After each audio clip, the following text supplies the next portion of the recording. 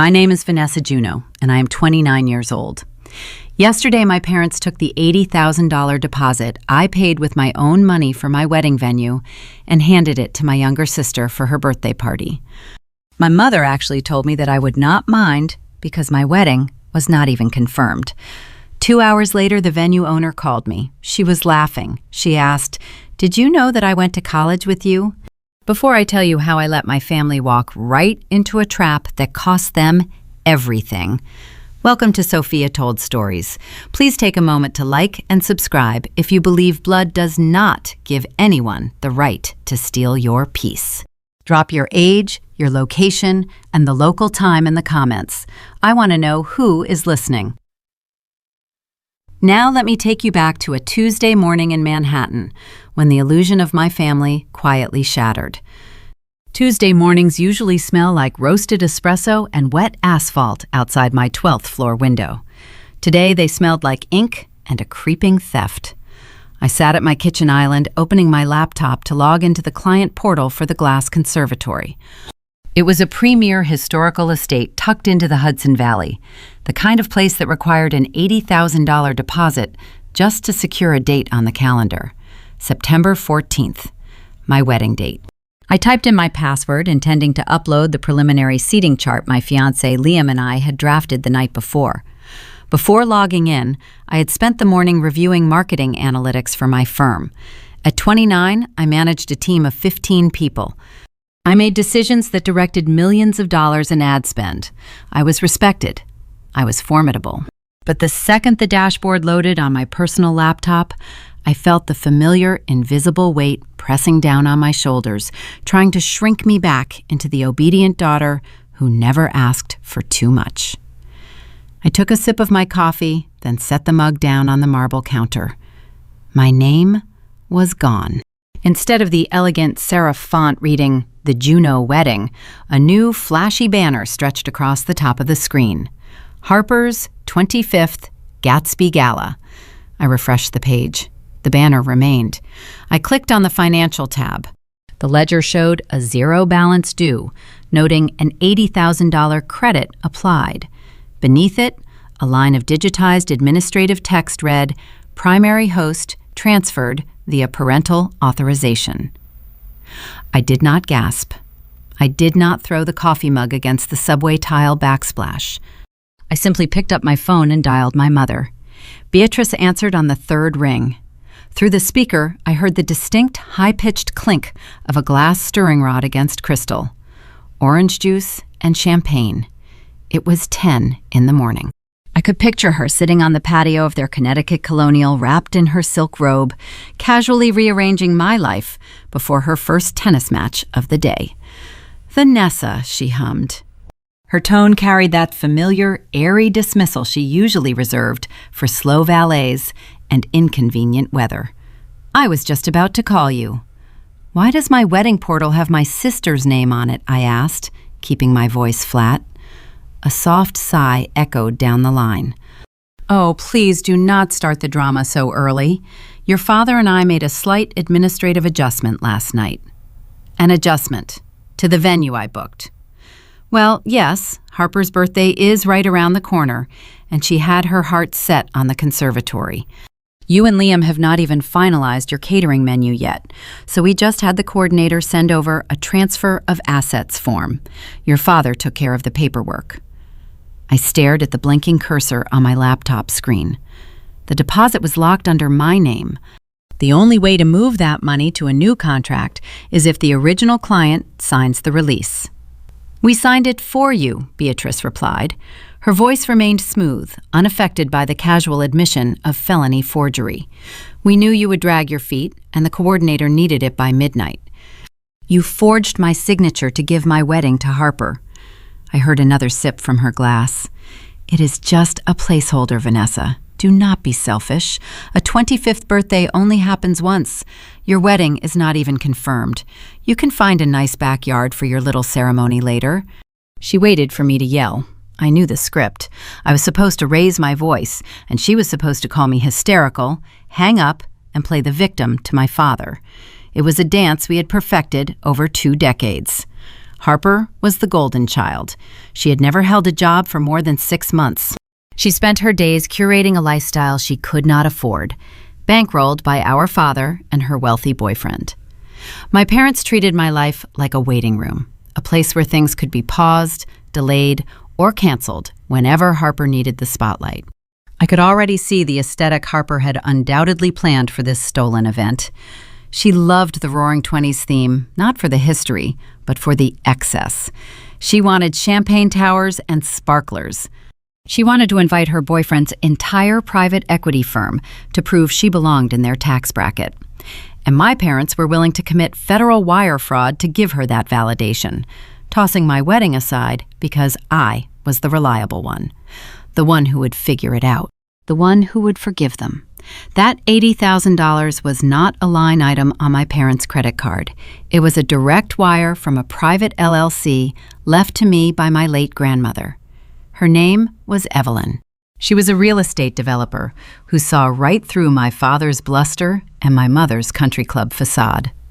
When she passed away 5 years ago, she did not leave her money in a standard trust. She structured it in an airtight corporate entity, naming me as the sole director. She handed me financial armor. My parents knew the money paid for the venue, but they never understood the legal walls built around it. They assumed that because my father was listed as a secondary emergency contact on the original venue contract, he had the authority to alter the terms. He did not. My wedding was supposed to be the one thing that belonged entirely to me. Liam and I had agreed the wedding would be our sanctuary, a day where we did not have to worry about pleasing investors or managing family egos. Now, it was just another stage for my sister to perform on. I did not yell. Yelling implies a loss of control. Yelling implies a desire to be heard by people who are actively choosing to ignore you. I realized in that exact moment that I had spent 29 years trying to translate my worth into a language my parents might finally understand. I earned the promotions. I bought the Manhattan apartment. I stayed out of debt. I did everything the right way. And yet, my entire existence was still just a placeholder for Harper. I lowered the phone from my ear and pressed the red end call button. I did not say goodbye. I stood up and walked to the window, looking down at the traffic crawling along the avenue below. My mind shifted from shock to a cold, pristine clarity. My parents had just committed wire fraud. They put it in writing. They submitted it to a vendor. They thought my lifelong habit of keeping the peace would protect them from the consequences. They thought I would simply nod, cancel the caterers, and start looking up tent rentals for a backyard ceremony I never wanted. My phone vibrated against the marble countertop. I turned around. The screen illuminated the dim kitchen. The caller ID displayed an unknown local upstate number. Beneath the digits, a name materialized. The Glass Conservatory. I walked slowly back to the island. A venue coordinator calling the morning after a fraudulent transfer usually meant one thing. They wanted to confirm the new details. They wanted to ask about Harper's guest list, or the Gatsby-themed decorations my mother had undoubtedly already ordered. I picked up the device. The glass felt cool against my palm. I swiped right and held the phone to my ear. "Hello," I answered. My tone remained flat, giving away nothing. A quiet, melodic laugh drifted through the receiver. It lacked the sterile polish of corporate customer service. Instead, it carried a sharp edge of familiarity. "I processed the transfer request your parents submitted last night," the voice noted. "Before we discuss the details, I have to ask, do you remember the girl who occupied the corner room in the 3rd Avenue dorms at NYU 10 years ago? The one who helped you carry your laundry when the elevator broke during sophomore year?" My breath caught in my throat. Sloan. The girl who always wore vintage denim jackets and listened to me vent about my family dynamic over cheap dining hall coffee. "I remember," I said. "Good," Sloan replied, her cadence shifting from nostalgic to lethal. "Because your parents just handed me a forged document. I processed it, but I did not process it the way they think I did." I pressed the phone closer to my ear. The ambient noise of Manhattan traffic faded into a dull hum beneath the sudden clarity of her words. A decade vanished in a single heartbeat. I saw her again, clearly. A 20-year-old girl sitting on a thrifted futon in a cramped dorm room smelling of stale radiator heat and peppermint tea. I used to sit on the floor of that room, crying, because my parents had just drained the modest savings account I built from high school tutoring jobs to pay for Harper's freshman year wardrobe. They told me I was resourceful enough to take out student loans, while Harper needed a polished image to secure the right sorority bid. Sloan had watched me wipe my face, handed me a mug of tea, and told me that one day my family would hand me the scissors to cut them off. I just had to wait for them to offer the handles. They just handed me the scissors. "What did you do?" I asked. My pulse beat a slow, steady rhythm against my collarbone. Sloan sighed, a sound rich with professional satisfaction. "Your father emailed my booking office at 11 o'clock last night. He attached a standard modification addendum. He requested we strike your name and replace the event title with Harper's Birthday Gala. The document included a digital signature at the bottom. It looked legitimate at first glance, but I handle every high-tier client file personally." I looked at the signature, Venessa. It was flawless. Too flawless. It was a direct copy-paste graphic from the original catering contract you signed in person 3 months ago. The pixelation around the edges gave it away. My father always believed he was the smartest man in any room. He owned a regional logistics firm and treated every vendor like a subordinate employee who should be grateful for his presence. He assumed a venue coordinator would simply process the paperwork without a second glance, eager to keep a wealthy client's business. "He committed a federal offense over a birthday party," I said. "He did," Sloan agreed. Her voice sharpened, shifting from old college friend to the ruthless businesswoman who owned one of the most exclusive properties in the state. Under normal circumstances, my legal team would flag the forgery, reject the transfer, and cancel the date outright. We would refund you and blacklist the family name. But I remembered the stories you told me. I remembered how they treated you. So I decided to get creative. I walked away from the kitchen island and paced toward the living room. "Tell me." "I printed the forged document," Sloan said. "I placed it on my desk next to your original contract. Your original agreement included a very generous friends and family discount because I recognized your name when you first booked. That discount brought the total estate rental fee down to $150,000. Your $80,000 deposit secured the date and locked in that rate." I nodded, even though she could not see me. Sloan continued, "When a client initiates a unilateral host transfer, the original contract is rendered null and void. The new host must sign a fresh agreement. Your father authorized the transfer, which meant he legally dissolved your discounted contract. So I drafted a brand new corporate agreement for Richard and Beatrice Juno. And you removed the discount," I noted. "I removed everything," Sloan said. Her tone grew cold and precise. "I stripped the friends and family rate. I removed the complimentary valet waiver. I erased the grace period for vendor setup. The new contract reflects our premium holiday weekend corporate rate." My parents do not read fine print. They never have. They negotiate based on ego, assuming their loud demands will override written terms. They would see the date, see the venue name, and sign the bottom line blindly. "But what about my money?" I asked. "The $80,000 is still sitting in their ledger." "That is my favorite part," Sloan murmured. I can picture the scene exactly as she described it. She sat at her mahogany desk overlooking the estate gardens. She reached into her drawer. "I uncapped a red ink pen," she said. "I physically drew a line through the $80,000 credit line on their new invoice. Then I opened our accounting software and separated your original deposit into a secure, disputed holding account. It is sitting in escrow, legally walled off under your name alone." "Then why does my portal show the money applied to Harper's party?" "Because the portal is just a visual interface," Sloan explained. "I authorized a temporary display adjustment. On their end, the website shows a zero balance due for the deposit. It looks like the $80,000 transferred seamlessly, but legally and financially, they have zero equity in this event. The new contract they signed explicitly states that the final balance is contingent upon a full, separate wire transfer clearing 24 hours prior to the event doors opening. They signed an addendum accepting 100% financial liability. My chest tightened. The brilliant, devastating architecture of her trap became clear. They think my money paid their bill. Exactly, Sloan said. And because your father signed the ironclad corporate agreement without reading the payment schedule clause I inserted at the very bottom, they are personally liable for the entire premium sum. If they fail to wire the funds 24 hours before the gala, they breach the contract. They will be locked out of the venue, and I can sue them for the remaining balance.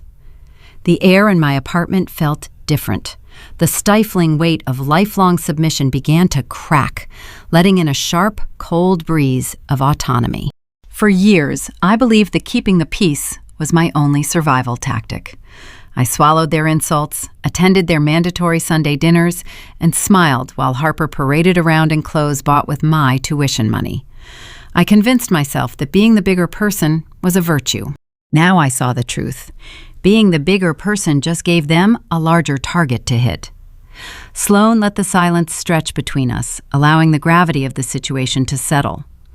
"Venessa," she finally said, her voice dropping to a quiet, serious register, "you have a choice right now. I can hit the reject button. I can call your father, inform him that the signature is flagged as fraudulent, and shut this down today. He will be angry, he will yell at you, but the crisis will be averted. You get your money back, and you cancel the wedding." She paused. "Or I can hit approve. I can finalize their new contract. I can let them send out the invitations. I can let Harper hire the caterers, buy the dress, and brag to her entire social circle. I can let them walk right into the center of the snare before we pull the rope. Do you want to stop them, or do you want to let them walk right into the trap?" I closed my eyes. I pictured my mother sipping her champagne. I pictured Harper showing off a venue she stole from her own sister. I pictured my father forging my name without a single flicker of hesitation or remorse. They did not just take a building, they tried to take my future, assuming I would simply bow my head and sweep up the broken glass. "Approve it," I said. The words tasted like cold steel. Let them have the venue. Let them sign the vendor contracts. Let them build a beautiful glass house on top of a sinkhole. "Done," Sloan said. A keyboard clattered briefly in the background. "The file is locked. The trap is set. I will text you my private cell number. We have a lot of work to do if we are going to manage the vendors. Thank you, Sloan." "Do not thank me yet. Just get ready." The line went dead. I lowered the phone, my mind racing through a dozen new logistical realities. I needed to secure my bank accounts. I needed to lock down my credit. I needed to figure out how to navigate the next 2 months living a double life. Before I could stand up from the sofa, the heavy oak door of the apartment clicked open. The deadbolt slid back with a metallic thud. Footsteps echoed in the entryway, accompanied by the rustle of a nylon gym bag dropping onto the hardwood floor. Liam walked into the living room. He wore his expensive running gear, the dark fabric clinging to his shoulders, a faint sheen of sweat on his forehead. He ran 5 miles every Tuesday morning before heading to his tech startup incubator in Soho. He walked over to the kitchen island, grabbed a bottled water from the refrigerator, and twisted the cap off. "Morning," he said, not looking up as he checked a notification on his smartwatch. "Did you manage to upload the seating chart?" I remained seated on the velvet sofa. I watched him. The man I was supposed to marry in 6 months. The man who was supposed to stand beside me against the world. I studied the relaxed slope of his shoulders, the casual ease in his voice. He did not ask why I was sitting in the dark. He did not notice the stiff posture of my spine. I looked at the blank television screen mounted on the wall, gathering my thoughts. The trap was set for my parents. But as Liam took a slow drink of his water, adjusting his watch strap, A sickening realization began to unfurl in the back of my mind. "No," I answered quietly. "I could not upload it. There was a problem with the portal." Liam stopped. He lowered the water bottle. He did not ask what kind of problem. He did not step toward me to offer help. Instead, his eyes darted away just a fraction of an inch toward the window. "Oh," he said, his voice entirely too steady. "What kind of problem?" I looked at Liam. He stood by the kitchen island holding his water bottle. The morning light caught the condensation on the plastic. He asked, "What kind of problem prevented me from uploading the seating chart?" I watched his eyes. They did not widen with concern. They remained fixed on the granite countertop. "My parents canceled our wedding date," I said. My voice carried no inflection. "They forged my signature and transferred the $80,000 deposit to host a birthday party for Harper." A normal partner would drop the bottle. A normal fiance would reach for his phone to call my father and demand an explanation. Liam did neither. He took a slow breath and leaned his hip against the counter. He screwed the cap back onto his drink. The plastic threads made a quiet squeaking sound. "Wow," he exhaled. "That is a lot to process so early in the day." He did not sound shocked. He sounded rehearsed. "Are you going to call them?" I asked. Liam ran a hand through his damp hair. "Let us just take a step back and look at the big picture, Venessa. Your parents are under a lot of stress lately. Harper has been talking about this birthday gala for months. Maybe we should just let her have the venue. It might be easier to keep the peace." Keep the peace, the exact phrase my mother relied on to enforce my compliance. Hearing it come from the man I promised to marry felt like swallowing glass. "They stole $80,000, Liam. They forged legal documents." He waved his hand in the air, brushing away the felony like it was a minor scheduling conflict. "You are using very harsh language. Forgery is a strong word. Your dad is a traditional guy. He probably just viewed it as shifting family resources around. Besides, we have not even finalized the catering menu yet." My pulse throbbed at the base of my throat. He recited the exact same defense my mother used 20 minutes ago. The unfinalized catering menu, a detail only the venue coordinator, my mother, and Liam knew. "You spoke to them," I said. The realization hit the room, draining the air from my lungs. Liam shifted his weight. His gaze flickered toward the window again. "Do not turn this into a conspiracy theory. Your dad called me last night. He mentioned Harper really wanted the estate. He asked if we would be willing to compromise. I told him I would support whatever made the family happy. You gave away my wedding venue behind my back. I was trying to save you from turning into a bridezilla over a building," Liam snapped. His tone shifted from placating to defensive. "It is just a party, Venessa. We can get married anywhere. We could rent a nice tent and do a backyard ceremony at your parents' house. It would be intimate. It would save us a fortune." A backyard ceremony. Another echo from my mother's script. I stood up from the velvet sofa. I needed to see his face clearly. Liam was 31 years old.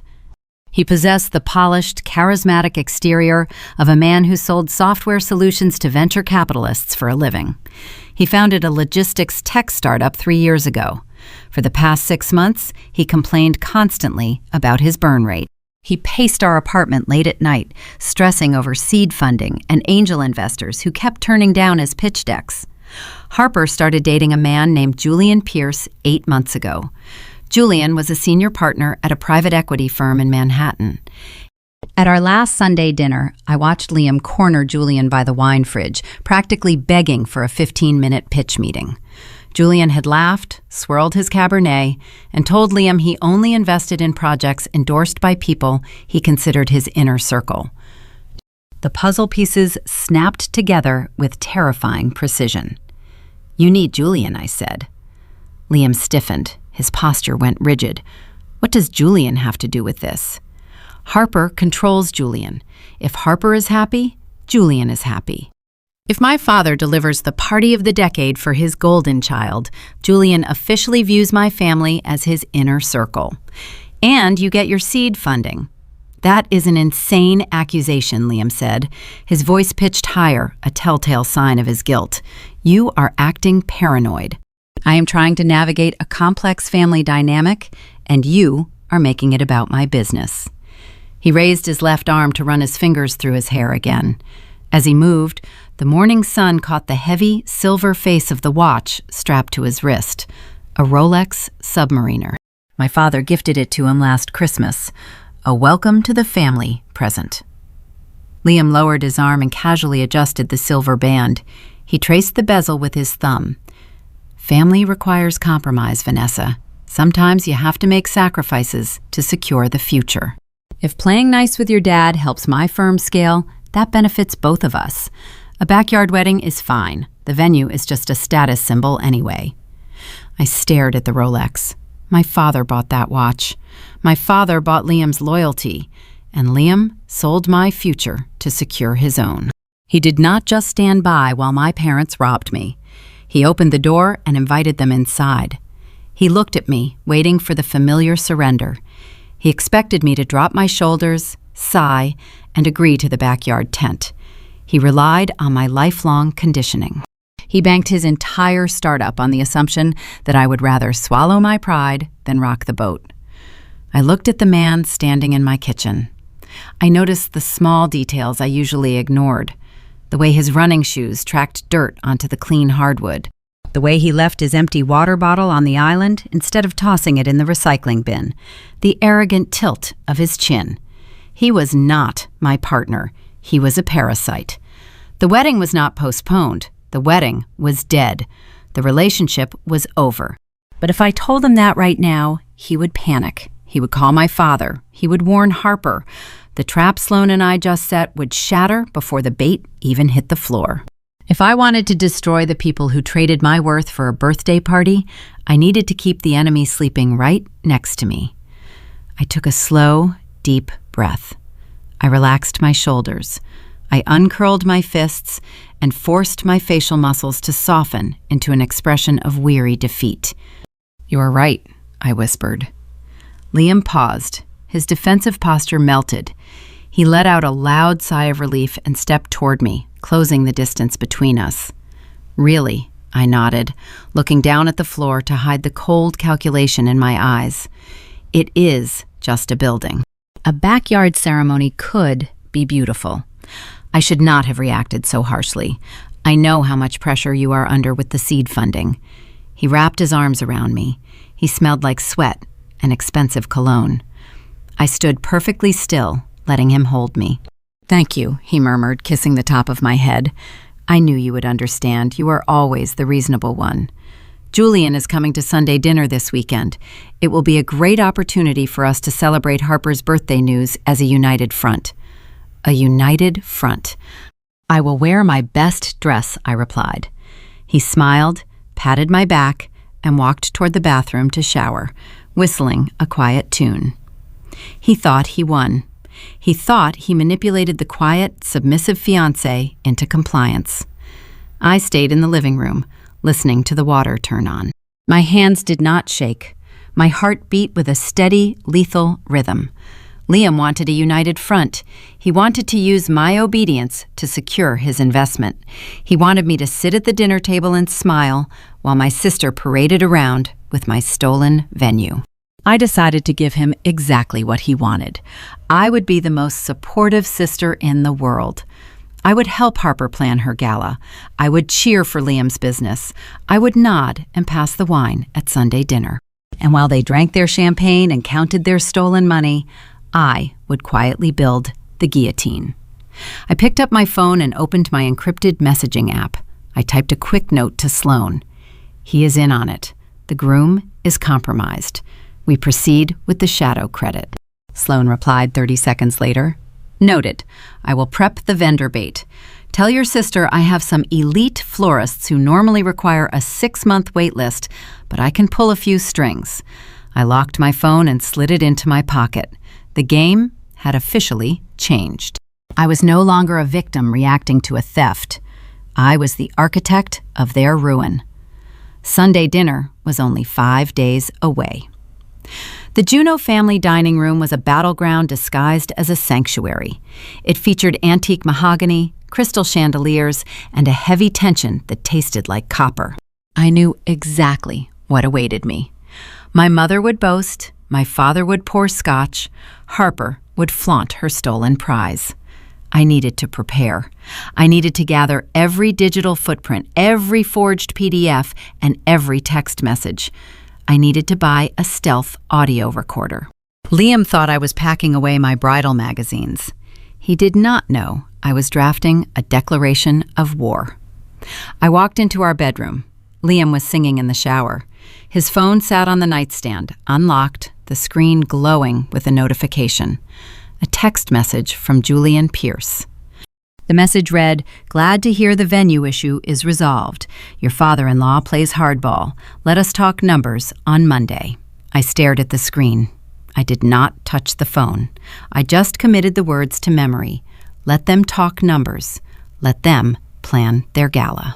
Let them celebrate their clever little theft. They were dancing on a glass floor, and I was holding the hammer.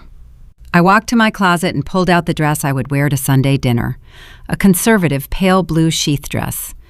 The exact kind of outfit a quiet, supportive sister should wear while sitting in the shadows. The water in the bathroom shut off. I closed the closet door and smiled. Sunday evening arrived with the stifling humidity typical of late summer in the Northeast. Before leaving my Manhattan apartment, I sat at my desk and completed the first phase of my digital collection. I opened the client portal for the venue and accessed the source code of the web page.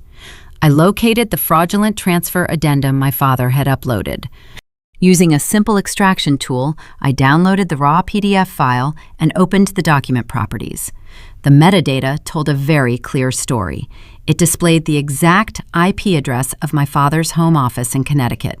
It showed the specific editing software used to alter the document. It even logged the precise timestamp when my digital signature was cropped from a previous file and pasted onto the new contract. I exported the raw data and saved it to 3 separate encrypted cloud drives. I took screenshots of the phantom credits Sloan had created in the ledger. Every piece of digital evidence was cataloged, dated, and secured. I was no longer an obedient daughter. I was an archivist of my own betrayal. Next, I unboxed a small electronic device I had purchased 2 days prior. It looked exactly like a standard portable phone charger, complete with a USB port and a sleek black aluminum casing. Inside, it housed a high-capacity voice-activated audio recorder. I turned it on, verified the indicator light was hidden, and dropped the device into my leather clutch.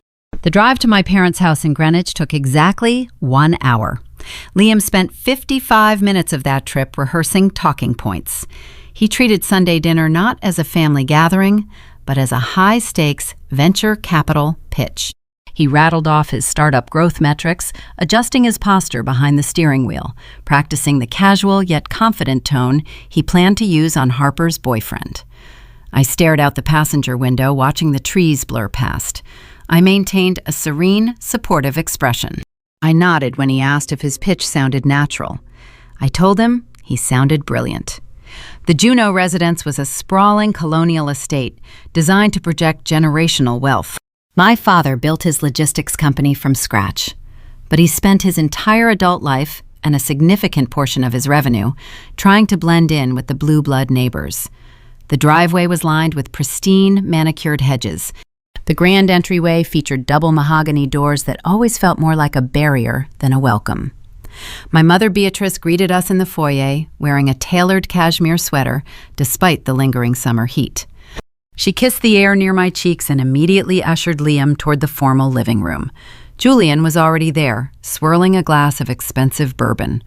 Harper sat perched on the arm of his leather chair, draped in a silk slip dress that cost more than my first car. We moved into the dining room shortly after. The table was set with fine china and crystal stemware.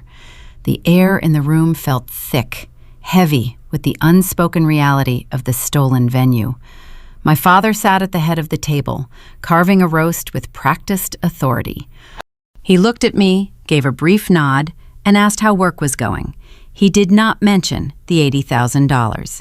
He did not mention the forged signature. He expected the theft to simply vanish under the rug of family decorum. I smiled and told him work was exceptional. Halfway through the meal, Harper commanded the conversation. She picked up her tablet and tapped the screen to wake it. She leaned forward, her eyes bright with the thrill of stolen attention. She announced she had finalized the aesthetic for her birthday gala. She wanted to show us her vision board. She passed the tablet around the table. It eventually landed in my hands. I looked down at the glowing screen. I did not blink. I did not alter my breathing. The Pinterest board she displayed was not just similar to my wedding vision. It was an exact line-for-line replica. I saw the midnight blue velvet table linens I had selected 3 months ago. I saw the gold geometric centerpieces I had spent weeks sourcing from an independent designer. I saw the cascading white orchids I planned to use for my bridal bouquet. I had spent 6 months carefully curating that specific aesthetic.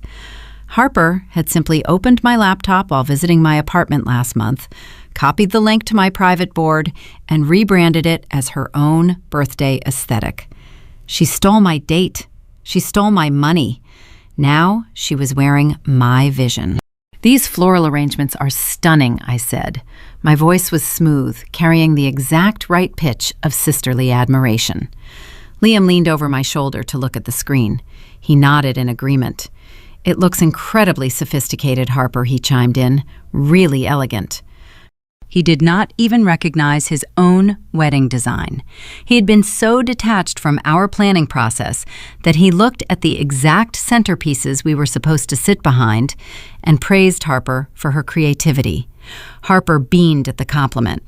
She took a sip of her wine and looked directly at me across the table. Her eyes held a sharp, mocking glint. She knew exactly what she had done. She wanted me to react. She wanted me to snap so she could play the victim in front of Julian. "Venessa, pass the butter," Harper requested, pointing a manicured finger toward the crystal dish near my plate. "And do not worry. You can reuse my leftover decorations for the small backyard wedding next year. It will save you guys so much money." The table went quiet. Even my father paused his chewing to gauge my reaction. They were waiting for the explosion. They were waiting for the bridezilla moment Liam had warned them about. I picked up the crystal butter dish. I extended my arm across the table, offering it directly to my sister. "That is so thoughtful of you, Harper," I said. I kept the corners of my mouth elevated in a flawless, hollow smile. "I am sure whatever is left over will be perfect." Harper frowned, clearly disappointed by my lack of resistance. She took the dish without thanking me. Beatrice exhaled a loud, performative sigh of relief and changed the subject to her upcoming tennis tournament. Liam gave my knee a quick, approving squeeze under the table. He was proud of me for keeping the peace. He thought I had surrendered. As dinner wound down, Beatrice suggested the women move to the parlor for coffee, while the men stayed at the table for scotch and cigars. This was the traditional Juneau family segregation. It was also the exact opportunity I had planned for. I stood up, smoothing the skirt of my pale blue dress. I picked up my empty wine glass to carry it to the kitchen, intentionally leaving my leather clutch sitting on the dining chair. The disguised recording device inside was fully charged and actively listening. I spent the next 45 minutes sitting in the parlor, sipping black coffee while my mother and sister discussed the guest list for the gala. They debated which of Julian's high net worth colleagues to seat near the dance floor. They did not ask about my week. They did not ask about my relationship. I was merely an audience member for their vanity. When it was time to leave, I walked back into the dining room to retrieve my purse. The men were laughing. Julian was nodding approvingly at something Liam had just said. My father poured another round of scotch. I picked up my clutch, feeling the solid weight of the power bank inside. Later that night, after Liam fell asleep in our Manhattan apartment, I would plug the device into my laptop and listen to the audio files.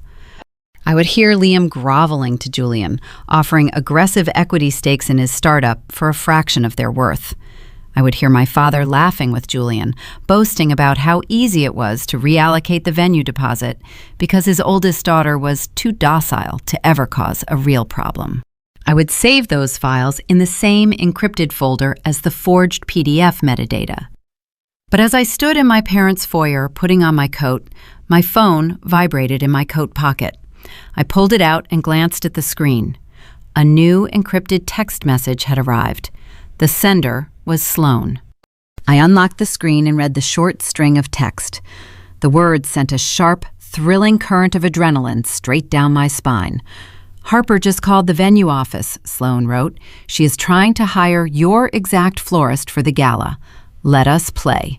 Monday morning arrived with a cold rain washing the Manhattan streets.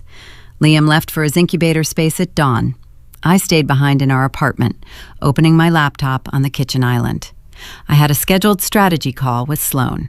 The game we were playing required precise timing and flawless execution. Harper was walking blindly into a financial minefield, and we needed to make sure she stepped on every single pressure plate. My phone buzzed. Sloan was ready. I answered the call and put it on speaker, pulling up a digital notepad. "Your sister is relentless," Sloan noted. Her voice sounded crisp and amused over the line. "She called my office 4 times yesterday, asking for the direct contact numbers of your specific vendors. She wants Estelle for the floral arrangements and Chef Laurent for the catering.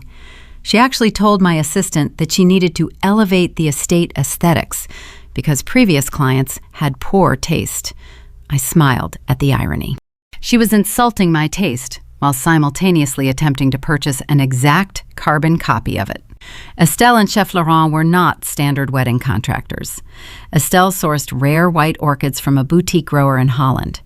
It took me 6 months of polite networking and 3 consultation interviews just to secure a spot on her exclusive client list. Chef Laurent ran a Michelin-starred kitchen and only accepted private estate events twice a year. Harper assumed she could simply wave a credit card and command their services with a few weeks' notice. "What did you tell the vendors?" I asked. Sloan chuckled. "I told them the truth. I called Estelle and Laurent last night. I explained that a new client had stolen your venue date and was going to demand your exact design packages. I told them they were free to decline the business out of loyalty to you. But I also told them that if they wanted to accept the job, they should apply the premium corporate rush tier." "And did they accept the job?" "Oh, they accepted it," Sloan replied. "Estelle was deeply offended by your sister's attitude. Laurent was furious about the short notice. They are both drafting new contracts for Harper today. They stripped away all the bridal discounts I had negotiated for you. They added hazard fees, rush delivery surcharges, and premium holiday weekend rates. But here is the brilliant part. Because your sister is not an established corporate entity, both vendors are demanding a mandatory 50% cash retainer to secure the contracts. Non-refundable.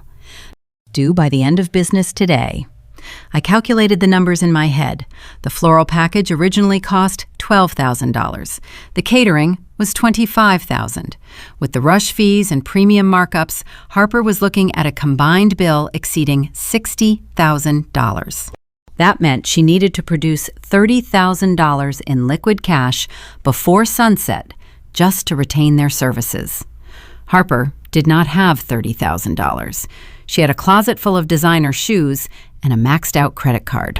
My father usually funded her extravagant lifestyle, but I knew his company had just acquired a new fleet of delivery trucks. He was cash poor this quarter. He authorized the venue transfer because he believed my $80,000 deposit covered the heavy lifting for the party. He would never approve a sudden $30,000 wire for flowers and food. Harper was going to need a fast bridge loan from a very gullible source. I thanked Sloan and ended the call. An hour later, the quiet hum of my apartment was interrupted by the sound of the front door unlocking. Liam walked inside. He was supposed to be at his office across town, pitching venture capitalists. Instead, he looked frantic. His tie was loosened, and he was holding his phone tight against his ear. I remained seated at the kitchen island, pretending to review a marketing spreadsheet. I am telling you, Harper, I cannot just move that kind of capital without board approval, Liam said into his phone. His voice carried a thin, panicked edge. He paced the length of the living room, running a hand through his hair. I kept my eyes fixed on my laptop screen. Harper was making her move. Julian is good for it, Liam echoed, repeating whatever manipulation my sister was feeding him through the receiver. I know Julian is a senior partner. I know he handles billion-dollar portfolios. But this is my startup operating account. My investors monitor those ledgers. The pieces fell into place perfectly. Harper had received the massive invoices from Estelle and Laurent. She panicked. She knew our father would refuse to pay the exorbitant rush fees. She could not ask Julian to pay for a party being thrown in her own honor because she had spent the last 8 months pretending our family possessed the same level of generational wealth he did. Asking him for $30,000 would shatter her carefully constructed illusion. So she called the weakest link in the chain. She called the man desperate for Julian's approval. Liam stopped pacing and pinched the bridge of his nose. Harper, if I use the corporate card for a personal expense, it flags the system as a gross misuse of funds. It is technically embezzlement. I listened to the muffled, high-pitched sound of Harper's voice bleeding through the phone speaker. She was laying it on thick. I could practically hear her promising Liam that Julian would write a massive seed funding check on Monday. She was dangling the investment capital right in front of his face, conditioning the money on his willingness to front the vendor deposits today. Liam exhaled a long, defeated breath. Okay, send me the payment links. But I need Julian's commitment in writing by next week. I am putting my entire company on the line for this. He ended the call. He stood in the middle of the living room staring blankly at the wall. He reached into his leather briefcase and pulled out a heavy metal credit card. It was the corporate expense card tied directly to his startup's venture capital operating account. That money was legally earmarked for server hosting, software development, and employee payroll. Using it to buy white orchids and French cuisine for a birthday party was a blatant violation of his fiduciary duty. Liam tapped the metal card against his chin. He was rationalizing the theft. He believed he was making a brilliant strategic business move. He believed securing Julian's favor was worth risking his entire company. I watched him type the credit card numbers into his phone, authorizing the non-refundable retainers for Estelle and Laurent. He sold his soul for a seat at a table that did not even exist. He slipped the card back into his briefcase, adjusted his tie, and noticed me sitting at the kitchen island. "Hey," he said, forcing a casual smile. "I forgot some files for my afternoon pitch. Working from home today. Just catching up on some analytics," I replied, matching his pleasant tone. "Everything okay with the startup?" "Never better," he lied smoothly. "We are finalizing some major strategic partnerships this week." He kissed my cheek and hurried back out the door, oblivious to the fact that I had just watched him construct his own financial coffin. 10 minutes later, my email chimed. Sloan had forwarded me a blind copy of the finalized catering invoice Chef Laurent just processed for Harper. I opened the PDF attachment. Laurent had executed his revenge with spectacular culinary precision. I scanned the itemized list of charges. During my original wedding tasting, I had requested a very specific, nostalgic late-night snack for the reception. I asked Laurent to prepare simple, elevated pigs in a blanket using mini sausages and puff pastry. They were supposed to cost $8 a dozen. On Harper's new premium invoice, Law had rebranded my late-night snack. The line item read, "Classic Gatsby-era artisan charcuterie bites." He charged her $125 per serving. Harper had blindly authorized a $5,000 charge for mini hot dogs wrapped in dough. I smiled at the screen. The financial noose was tightening around their necks with every passing hour. Harper was racking up massive liabilities. Liam was embezzling from his own company. My parents were sitting on a forged contract carrying a $150,000 balloon payment. But as I reviewed the cascading tower of debt they were building, a small discrepancy caught my attention. Liam had risked his entire startup to please Julian Pierce. Harper was basing her entire social identity on Julian's wealth. My parents were hosting this fraudulent gala solely to impress Julian's elite network. Every single piece of their strategy hinged on the absolute certainty that Julian was a billionaire private equity partner capable of funding their ambitions. I opened a new browser window. My job as a marketing director required me to conduct deep background intelligence on corporate executives before authorizing high-value advertising contracts. I had access to premium financial databases, SEC filings, and corporate registry archives. I realized I had never actually verified Julian's credentials. I had simply accepted Harper's boasting as fact. I typed Julian Pierce into the Global Financial Registry. I added the name of the prestigious private equity firm he supposedly managed. I hit enter and waited for the database to pull his executive portfolio. The search results loaded a few seconds later. I stared at the screen, my heart pounding a slow, heavy rhythm against my ribs. The data staring back at me did not show a billionaire executive.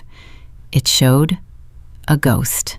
The private equity firm did not exist. The corporate filings were tied to an abandoned storefront in Delaware. And Julian Pierce was not an investor. He was something far more dangerous. I leaned back in my chair. A cold, sharp laugh escaped my throat. Liam was embezzling funds to impress a man who was running an identical con on my entire family. I stared at the blinking cursor on my screen. The empty search results for Julian Pierce felt louder than any shouting match I had ever endured with my family. My professional life revolved around data. Data never lied. People lied. People constructed elaborate facades using tailored suits and confident smiles, but numbers always exposed the truth. I opened a secondary browser window and accessed a proprietary background intelligence tool my firm utilized for corporate vetting. I typed in the name of the private equity firm Julian claimed to manage, Vanguard Horizon Capital. At our family dinners, he spoke about the firm with practiced authority, dropping casually vague references to overseas mergers and emerging market acquisitions. The tool aggregated state business registries, federal tax liens, and corporate officer databases. The progress bar loaded. The result populated. Vanguard Horizon Capital was not an international financial powerhouse. It was a domestic, limited liability company registered 5 months ago in a strip mall in Wyoming. Wyoming offered anonymous corporate registration. It was the preferred state for people who needed a legitimate-sounding business name without disclosing their actual identity or financial backing. The firm held 0 registered assets. It had never filed a federal disclosure. It possessed no physical office space. Julia Pierce was selling thin air. I leaned forward, resting my elbows on the kitchen island. A quiet, thrilling clarity washed over me. I needed a visual confirmation. I needed to see the cracks in his performance that I had previously ignored because I was too busy keeping my head down to scrutinize him. I picked up my smartphone and opened my digital photo album. I scrolled back to Thanksgiving. My mother had insisted on hiring a professional photographer to capture our blended, successful family standing in front of the fireplace. I found a high-resolution image of Julian holding a crystal tumbler of scotch, his arm resting casually on the mantel. I zoomed in on his left wrist. He always made sure his watch caught the light. He claimed it was a rare Patek Philippe Nautilus, a timepiece that typically commanded over $100,000 on the secondary market. I studied the magnified pixels. My grandfather was a horologist. I grew up watching him dismantle mechanical watches on his workbench. I knew what authentic luxury looked like. The date window on Julian's dial sat too far to the left. The brushing on the stainless steel bezel lacked the flawless uniform grain of a genuine Swiss instrument. The crown guards were slightly asymmetrical. It was a high-tier counterfeit, a replica designed to fool casual observers from a distance.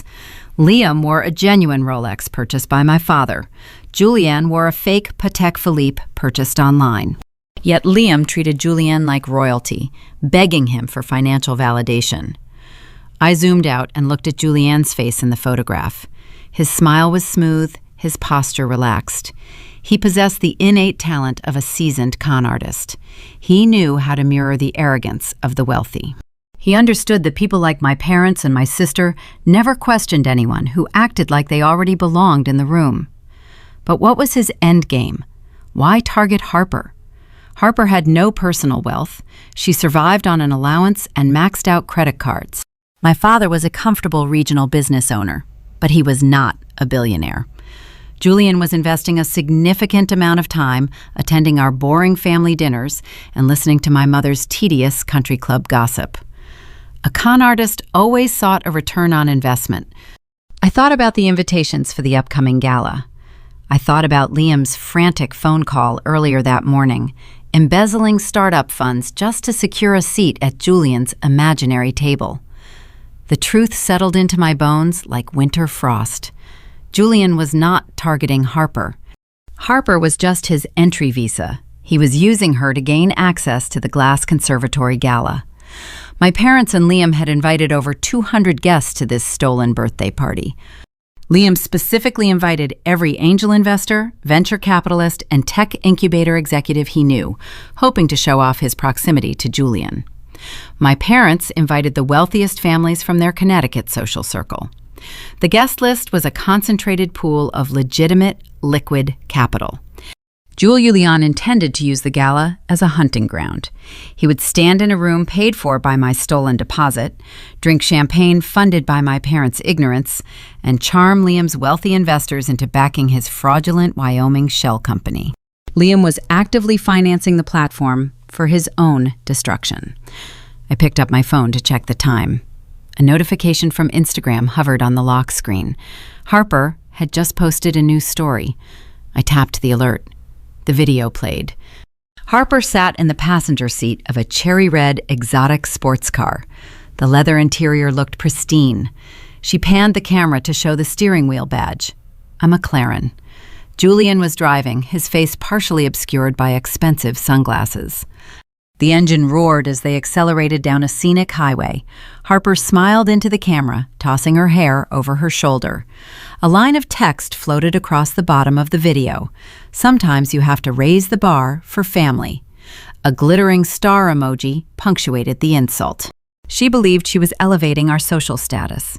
She believed she had outsmarted me, stolen my venue, and secured a billionaire future. She did not realize the McLaren was undoubtedly a daily rental. She did not realize the man shifting gears beside her was driving her toward a cliff. A year ago, I would have taken a screenshot of the video, called my father, and begged him to look into Julian's background. I would have tried to protect them. I would have tried to save Liam from committing corporate suicide. I would have tried to rescue Harper from public humiliation. I would have sacrificed my own peace to shield them from the consequences of their own arrogance. I watched the video loop a second time. I felt no anger. I felt no pity. They chose this path. My mother chose to view my life as a placeholder. My father chose to commit forgery. Harper chose to steal. Liam chose to betray our future for a fraudulent promise. They all looked at me and saw someone weak enough to absorb their collateral damage. I pressed the lock button on my phone. The screen faded to black. I would not warn them. I would not expose Julian Pierce. I would let the con artist wear his fake watch to the Glass Conservatory. I would let Liam introduce his legitimate investors to a financial predator. I would let my parents host the most spectacular disaster of their social lives. I would let them walk into the slaughterhouse and close the door behind them, but I was not going to pay for their execution. The $80,000 sitting in Sloane's disputed escrow account still legally belonged to the limited liability company my grandmother left me. Sloane had frozen the funds, preventing my parents from utilizing the money, but I needed to permanently sever that capital from their names before the gala imploded. When Julian inevitably vanished and the vendors sued my parents for breach of contract, the resulting legal fallout would be catastrophic. I needed a firewall. I opened my laptop again. I ignored the marketing analytics I was supposed to be reviewing for work. I pulled up my personal email directory and searched for the contact information of the estate attorney who had drafted my grandmother's trust 5 years ago. He was a meticulous, ruthless litigator who despised family entitlement. My grandmother had hired him specifically because he did not care about hurt feelings. He only cared about ironclad contracts. I drafted a short, concise message. I requested an emergency consultation during my lunch hour. I attached the forged PDF metadata, the audio recording of Liam and my father plotting, and the original venue contract. I hit send. I stood up from the kitchen island, smoothing the fabric of my trousers. The apartment was quiet. The rain continued to wash the windows, blurring the Manhattan skyline.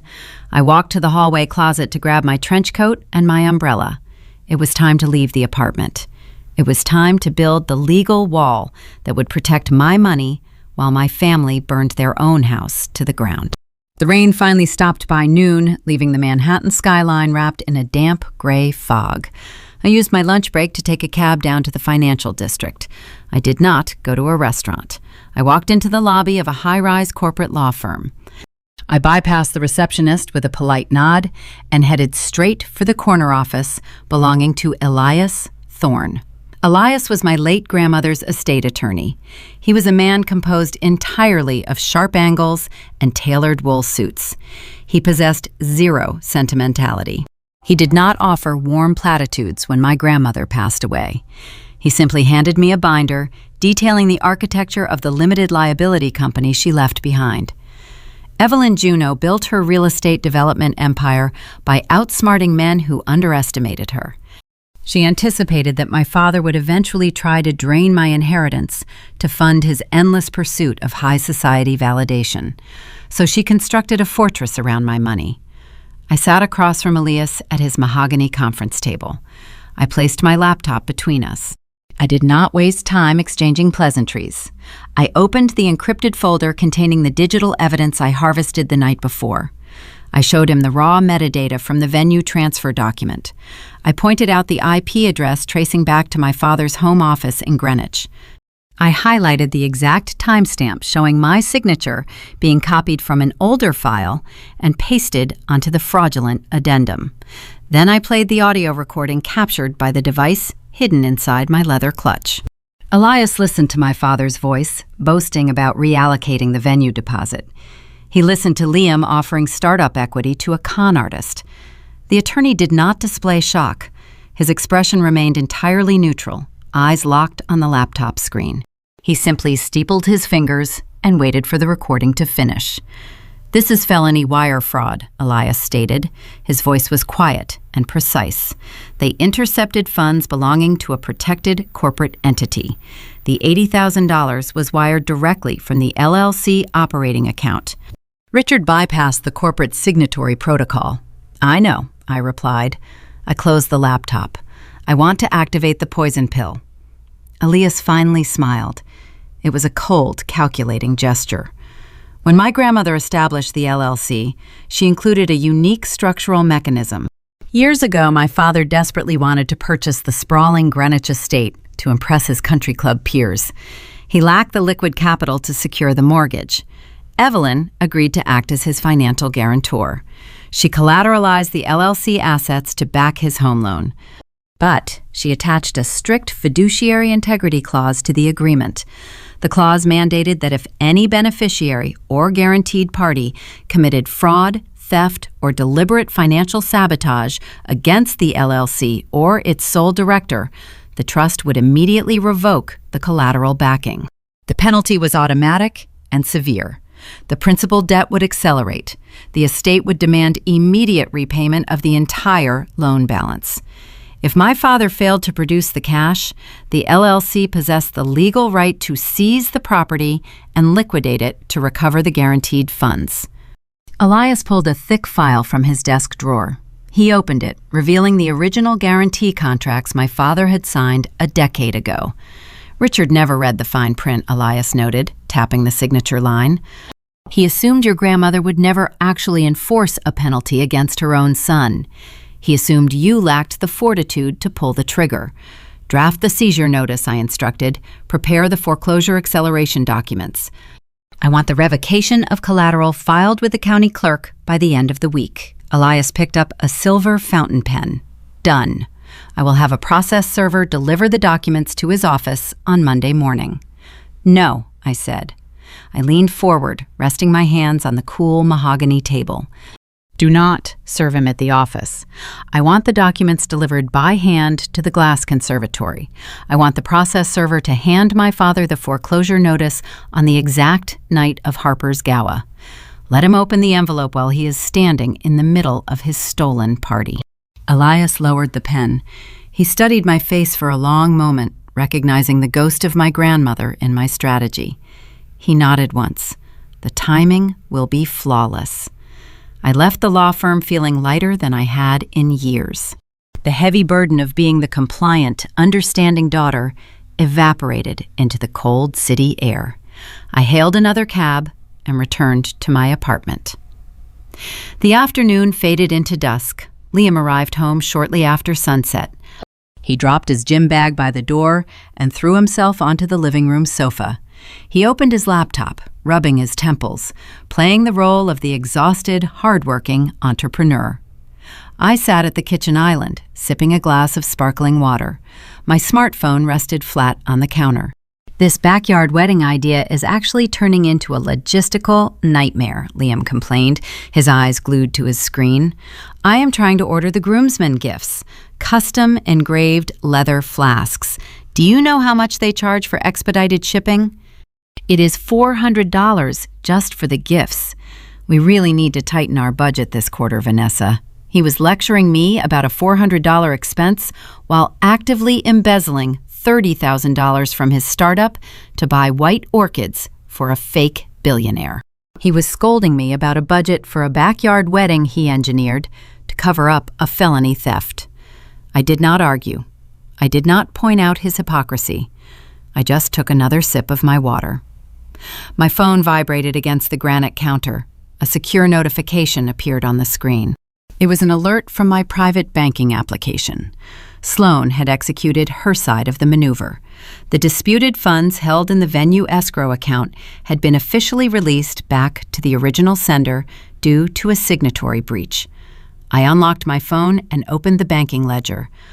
I watched the green numbers populate on the screen. $80,000. The money flowed silently back into my private LLC account. It was safe. It was secure. My parents were officially holding a phantom credit that possessed zero financial value. They were legally bound to a corporate contract demanding a $150,000 balloon payment, and their safety net just vanished into the digital ether. Liam sighed loudly from the sofa. Seriously, $400 for flasks? I might just cancel the order and buy them cheap cigars instead.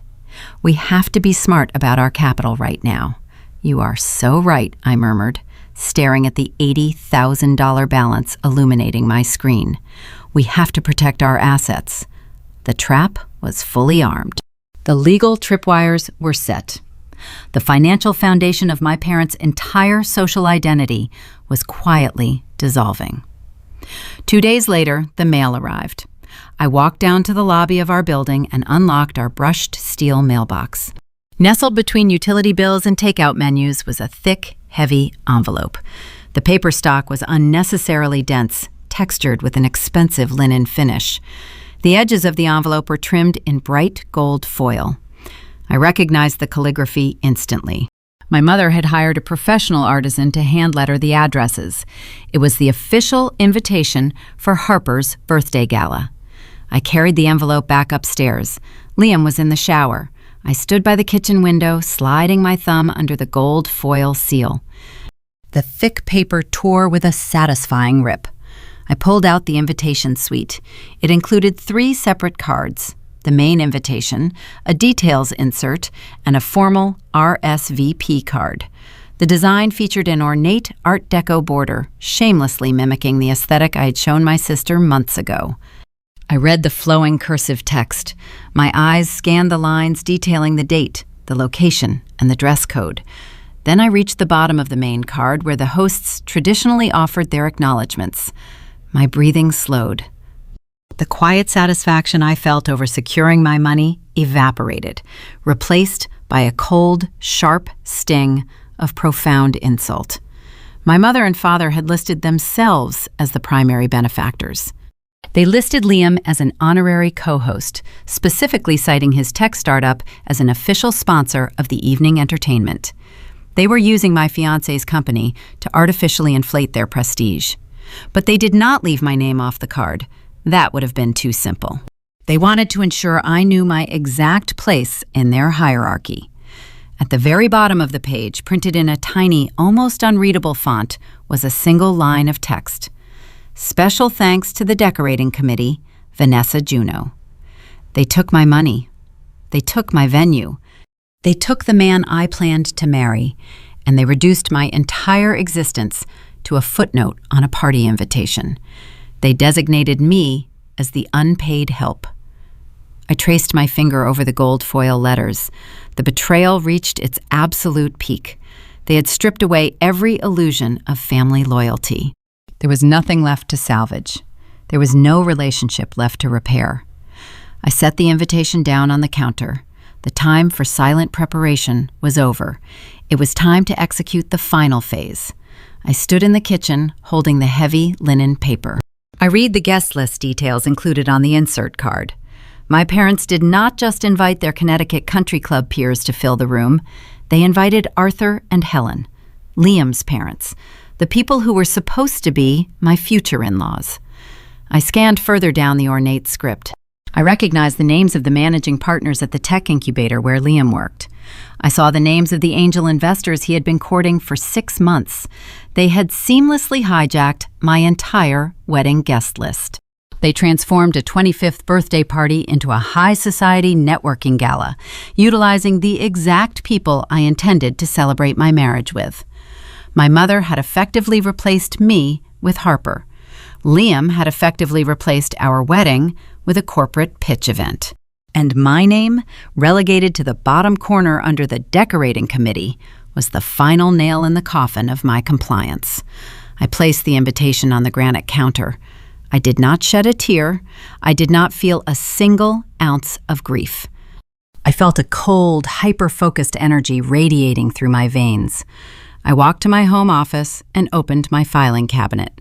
I pulled out the lease agreement for our Manhattan apartment. Liam and I rented the 2-bedroom penthouse together, but my name was listed as the primary leaseholder. My pristine credit score secured the unit. Liam transferred his half of the rent to me every month, but I held the legal authority over the property. I picked up my phone and dialed the property manager. Marcus answered on the second ring. I kept my voice steady and professional. I informed him that I needed to execute the early termination clause on my lease. Marcus expressed surprise, noting that my wedding was approaching. I told him plans had changed drastically. I agreed to forfeit my security deposit and pay the 2 months' rent penalty required to break the contract immediately. I wired the penalty fee directly from my checking account while still on the phone with him. The transaction cleared with a quiet digital chime. The apartment was officially mine to vacate. Liam had zero legal right to remain in the unit once I surrendered the keys. My next call was to a premium logistics and moving company. I requested their executive relocation package. I did not want a slow or messy process. I wanted a surgical extraction. I instructed the dispatcher to send a 4-person crew to my address on the upcoming Saturday morning at exactly 9 o'clock. Saturday was the day of Harper's gala. My mother had already distributed a strict, detailed itinerary for the family. We were all required to be at a luxury spa in Soho by 10 o'clock in the morning for massages, hairstyling, and makeup application. Liam was scheduled to join my father and Julian at a private golf club for a morning round of drinks before getting dressed. Liam would leave the apartment by 8:30. The movers would arrive 30 minutes later. By the time he put on his tuxedo for the evening, his entire domestic life would be packed into cardboard boxes and driving down the interstate toward a storage facility. The front door opened. Liam walked in carrying 2 garment bags holding his custom-tailored suits. He hung them carefully in the hall closet, whistling a cheerful melody. He walked into the kitchen and saw the gold foil invitation resting on the counter. He smiled, picking it up and examining the heavy cardstock. "Your mother really outdid herself," Liam remarked. He tapped the thick paper against his palm. "This looks incredibly high-end. Did you see that my parents RSVP'd? Yes, they booked a suite at the hotel near the conservatory." I watched him admire the invitation. He did not mention my name being printed under the decorating committee. He did not find it insulting. He found it appropriate. "I saw," I replied smoothly. "It will be a wonderful evening." Liam leaned against the counter. He looked relaxed, oblivious to the invisible guillotine hanging above his neck. "Julian texted me again today," he said, his voice dropping into a conspiratorial whisper. "He wants to introduce me to two of his colleagues from Vanguard Horizon Capital at the party. They are flying in from London just for the event. If I can nail this introduction, my seed funding is guaranteed." I nodded, offering an encouraging smile. "That is fantastic news. You have worked so hard for this." I knew Vanguard Horizon Capital was a ghost. I knew the colleagues flying in from London were likely just two other con artists Julian recruited to play the part. Liam was preparing to pitch his entire life work to a syndicate of criminals, using my stolen venue as the backdrop. The rest of the week blurred into a meticulously choreographed routine. I maintained the illusion of the supportive partner. I cooked dinner. I asked Liam about his pitch deck presentations. I even helped him pick out a new silk tie to match the roaring 20s aesthetic of the gala. While he slept, I worked. I spent the midnight hours quietly packing my essential documents, my jewelry, and my smaller personal items into a sleek leather duffel bag hidden in the back of my closet. I transferred the remaining funds from our joint checking account into my private limited liability company, leaving exactly enough to cover the final utility bills. I also prepared a special digital package. I opened the audio recording I captured during Sunday dinner. I isolated the specific segment where Liam laughed with Julian and called his current angel investors a room full of gullible fools who just needed a shiny presentation to open their wallets. I spliced that audio file and attached it to a drafted email. I addressed the email to the managing partners of his tech incubator and every investor on his guest list.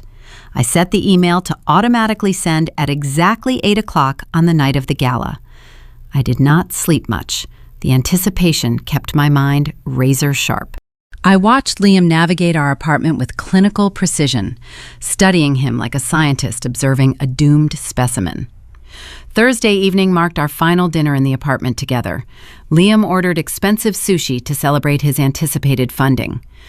We sat across from each other at the dining table. He raised his glass of sake to toast our future. "To family," Liam said, his eyes shining with unearned confidence, "and to making the right sacrifices to secure our empire." I raised my glass and clinked it against his. "To getting exactly what we deserve," I countered. He drank the sake, oblivious to the double meaning. Friday morning dawned with bright, deceptive sunshine. It was the eve of the destruction. My mother called me 3 times before noon to complain about the floral arrangements and demand that I pick up Harper's custom party favors from a boutique in Brooklyn. I ran her errands with flawless compliance. I picked up the heavy boxes of personalized crystal champagne flutes. I drove them upstate to the estate. I steered my car up the winding driveway of the glass conservatory. The massive greenhouse structure gleamed under the afternoon sun. Catering trucks were already parked near the service entrance. Sloane stood near the front doors holding a clipboard. She looked up as I approached with the boxes. We exchanged a brief, knowing glance. Neither of us smiled. The gravity of what was about to happen required pristine focus. "The shadow credit is still holding," Sloane whispered as I handed her the boxes. "Your father ignored my final automated payment reminder yesterday. He thinks the $80,000 is carrying the weight. He assumes he can negotiate any remaining balance on Monday." "Let him think it," I replied. I turned and walked back to my car. I drove down the scenic highway toward Manhattan, watching the trees pass in a blur of green and gold. The week of events had officially begun. The logistical pieces were locked into position. The trap was set. The bait was taken. There was nothing left to do but wait for the sun to rise on Saturday morning. Thursday arrived, bringing a frantic energy to my parents' Greenwich estate. It was exactly 48 hours before the doors of the glass conservatory were scheduled to open. My mother summoned me to Connecticut under the guise of needing an extra set of hands. In reality, she wanted an audience. I parked my car in the circular driveway, stepping past delivery personnel carrying silver trays and towering floral centerpieces. The house hummed with the chaotic vibration of people trying to purchase a higher social pedigree. I walked through the double doors and found Beatrice barking orders at a catering liaison. She wore a tailored linen suit, holding a clipboard like a weapon. Beatrice grew up in a middle-class suburb, always peering over the fence at the wealthy families who ignored her. She married my father because his ambition matched her desperation. Together, they built a comfortable life. But comfortable never satisfied her. She wanted to be envied. This gala was her ultimate orchestration. She spotted me standing in the foyer. Instead of a greeting, she handed me a stack of seating charts. "Take these to the sunroom," she instructed, not bothering to make eye contact.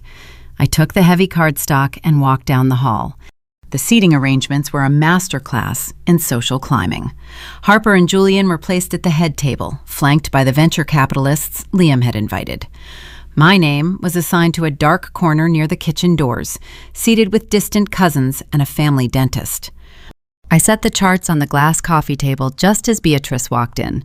She poured herself a glass of iced tea, the ice clinking against the crystal. She sat on the edge of the velvet sofa, looking at me with an expression of weary disappointment. "I hope you are paying attention, Venessa," she said.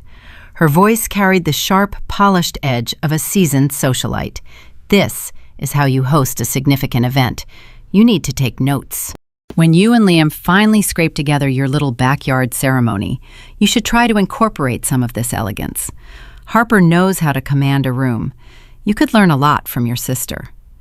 I stood perfectly still. I did not cross my arms. I did not defend my choices. I looked into my mother's eyes and listened. Over the past 29 years, these lectures usually sparked a tight, suffocating panic in my chest. I used to spend hours analyzing her critiques, trying to figure out how to mold myself into a daughter she could be proud of. I chased her approval by earning early promotions, securing a lucrative corporate career, and staying out of trouble. None of it mattered. The realization washed over me like cool water. Her disdain had nothing to do with my failures. It had everything to do with her own hollow interior. She needed a scapegoat to carry the weight of her insecurities, and I had volunteered for the role. I memorized the shape of her mouth as she spoke. I noted the faint lines of tension around her eyes. I absorbed every condescending syllable, knowing with pure certainty that this was the final time her voice would ever hold any power over my pulse. "I am taking notes," I replied quietly. "I am learning exactly how this family operates." Beatrice smiled, misinterpreting my statement as submission. "Good. At least you are finally willing to listen." She stood up and walked toward the hall closet. She pulled out a heavy professional-grade garment steamer on wheels. She rolled it toward me, the plastic wheels squeaking against the hardwood floor. "Harper's dress is hanging in the guest suite," she said, handing me the nozzle. "It arrived in a garment bag, and the tool is crushed. I need you to steam it. Make sure it is flawless. Julian has hired a roaming photographer for the gala, and we cannot have her looking wrinkled in the society pages." I took the steamer by its plastic handle. "I will handle it," I said. I pulled the machine up the grand staircase and pushed open the door to the guest suite. The dress hung from the crown molding. It was a sprawling, extravagant gown, crafted from layers of stark white silk and heavy tulle. It was practically a wedding dress. Harper intended to wear a bridal gown to a stolen wedding venue, claiming my spotlight down to the very last thread. I filled the reservoir with distilled water and plugged the machine into the wall. The device hummed, heating the water until a steady plume of hot vapor escaped the nozzle. I stepped toward the dress.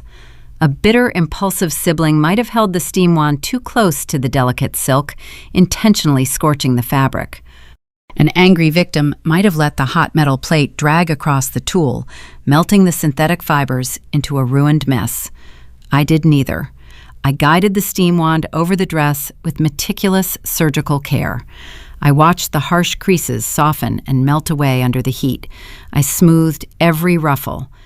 I flattened every seam.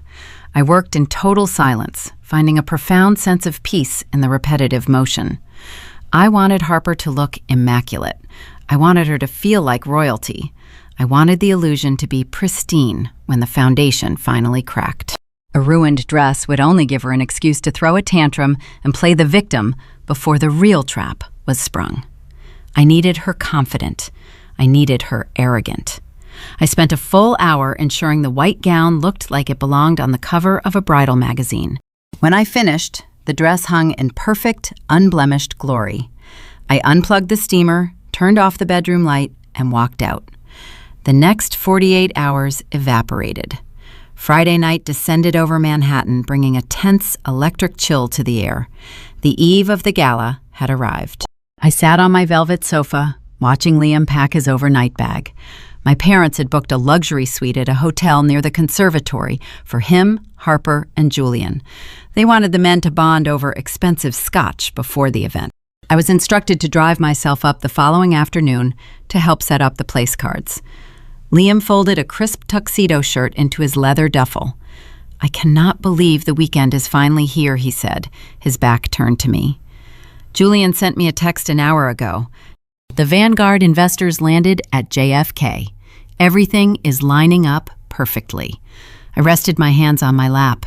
"Everything is exactly where it needs to be," I agreed. As Liam zipped his bag shut, my phone screen illuminated on the coffee table. A single text message arrived from Sloan. I picked up the device and read the encrypted line. "The final automated invoice just dispatched. $150,000 due immediately. It is sitting in your father's inbox." I locked the screen. The trap was now fully armed. The corporate contract my father signed explicitly mandated a final wire transfer 24 hours before the doors opened. The automated system had just delivered the ultimatum. But my father was a man who believed rules applied only to his subordinates. He was currently sitting at a country club bar drinking expensive bourbon, entirely certain that his forged $80,000 deposit shielded him from any further financial scrutiny. He would see an automated email from a venue coordinator and dismiss it as a clerical error. He would not open the attachment. He would not read the fine print. He would silence his phone, order another drink, and go to sleep, believing he had orchestrated the perfect theft. He had no idea the shadow credit was gone. He had no idea his house was facing foreclosure. He had no idea the golden carriage he built for his favorite daughter was already a pumpkin. Tomorrow the sun would rise, the movers would arrive at my apartment, and the glass walls would shatter. Friday evening stretched into the night. I sat in the dim light of my living room holding my phone. The screen glowed with a forwarded message from Sloan. She had executed the final administrative protocol for the glass conservatory. The trap was no longer a theoretical concept. It was a live legal document sitting in my father's inbox. Richard Juneau built a lucrative logistics firm using 2 delivery trucks and a terrifying temper. He did not achieve success through innovation. He achieved it through intimidation. He treated contracts as mild suggestions and viewed vendor invoices as opening bids for negotiation. He routinely paid his suppliers 90 days late just to remind them who controlled the capital. He operated on a core philosophy that people in the service industry existed to absorb his inconvenience. Sloan understood this exact psychological profile. Her automated system dispatched the final event invoice to his primary email address at precisely 7 o'clock. The subject line read, "Urgent legal notification, signatory dispute, and final balance required." The body of the email was brief and devoid of customer service warmth. It explicitly outlined the architecture of the snare we built. The message informed Richard that the original $80,000 deposit had been flagged for a signatory conflict and permanently withdrawn by the initial remitter. It stated that the temporary ledger credit was officially revoked. Furthermore, per the corporate agreement he signed blindly on Tuesday, the new party host was required to wire the full balance of $150,000 in liquid cash exactly 24 hours prior to the doors opening. Failure to remit the funds would result in an immediate hard lock of the facility and a subsequent breach of contract lawsuit. It was a Trojan horse constructed entirely from his own arrogance. Sloan attached a screenshot to her message to me. It was the automated response her server received from my father's email address 2 minutes after the invoice landed. The auto reply read, "Out. Please contact my assistant for non-urgent matters." I read the 2 sentences and felt a cold smile form on my lips. My father was sitting in a luxury hotel bar near the venue right now. He was likely holding a glass of expensive bourbon, surrounded by Liam and Julian playing the role of the generous patriarch. His smartphone probably buzzed in his suit pocket. He likely glanced at the screen, saw a notification from the venue coordinator, and swiped it away without opening the application. He saw an invoice and categorized it as a Monday problem. He assumed the $80,000 I paid was still acting as a financial shield. He believed he could walk into the venue tomorrow night, enjoy the gala, and bully the coordinator over any remaining fees next week. He assumed his physical presence carried enough weight to override a digital contract. He did not know the shield was gone. He did not know Sloan was not a subordinate he could intimidate. She was a warden closing the gate. I locked my phone and set it on the coffee table. I walked into the bedroom. Liam had packed his overnight bag and left for the hotel hours ago to join the men for their pre-gala bonding. The residence felt different without his frantic energy filling the corners. It felt quiet. It felt ready. I laid down on the mattress and closed my eyes. I slept a deep, dreamless sleep. Saturday morning broke with clear skies and bright sunlight piercing the bedroom window. The day of the gala had arrived. The itinerary my mother circulated dictated that the entire family needed to be at a high-end salon by 10 o'clock for grooming and styling. Liam was scheduled to play 9 holes of golf with Julian before getting dressed in his tuxedo. I woke up at 7 o'clock. I brewed a pot of black coffee. I did not put on a robe. I dressed in a comfortable pair of dark denim jeans and a simple cotton sweater. I drank my coffee standing by the kitchen island, watching the city wake up below my window. I traced the edge of the granite countertop with my fingertips, memorizing the texture of a life I was about to abandon. At 8:30, my phone buzzed with a text from Liam. "Heading to the golf course now. Julian is introducing me to the Vanguard investors tonight at the party. Everything is falling into place. See you at the venue. Love you." I read the message. He was standing on the edge of a cliff, admiring the view, thanking the people who pushed him toward the drop. I typed a single response, "See you tonight." I set the device down just as a sharp knock echoed through the hallway. I checked the wall clock. 9 o'clock on the dot. I unlocked the heavy oak door and pulled it open. 4 individuals stood in the corridor wearing matching gray uniforms with a premium logistics company logo stitched onto the pockets. The crew leader held a digital tablet. He possessed the efficient, no-nonsense posture of a man who handled high-stress executive relocations for a living. "Miss Juno?" he asked. "Yes," I replied, stepping back to let them inside. "We have a priority extraction work order," the crew leader stated, scanning the living room. "You requested a full pack and remove for specific designated items.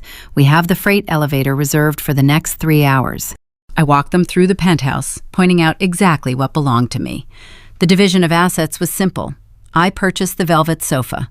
I bought the modern dining table. I curated the artwork hanging on the walls. I owned the expensive espresso machine and the crystal glassware. Liam brought a cheap television stand and a mattress from his previous bachelor pad. The relocation specialists moved with breathtaking speed and surgical precision. They did not ask questions. They wrapped the velvet sofa in thick protective plastic and rolled it out the door. They boxed the crystal glasses in phone-lined crates. They dismantled the dining table and carried the heavy wood panels down the hall. I stood in the center of the living room, drinking my coffee, watching my footprint systematically erased from the space. The process felt incredibly therapeutic. Every box carried out the door removed another layer of the compromise I had endured for the past 3 years. I watched them pack my silk blouses, my winter coats, and my tailored suits. I watched them strip the expensive duvet cover off the bed, leaving Liam's bare pillows resting on the fitted sheet. The sound of packing tape tearing from the roll echoed through the empty rooms. It sounded like a countdown. By 11:30, the flat was completely unrecognizable. It looked hollow. The warm, inviting atmosphere I had carefully cultivated was gone. What remained was a stark echo chamber containing a television, a mattress, and Liam's leftover gym clothes. The crew leader handed me his tablet to sign the final manifest.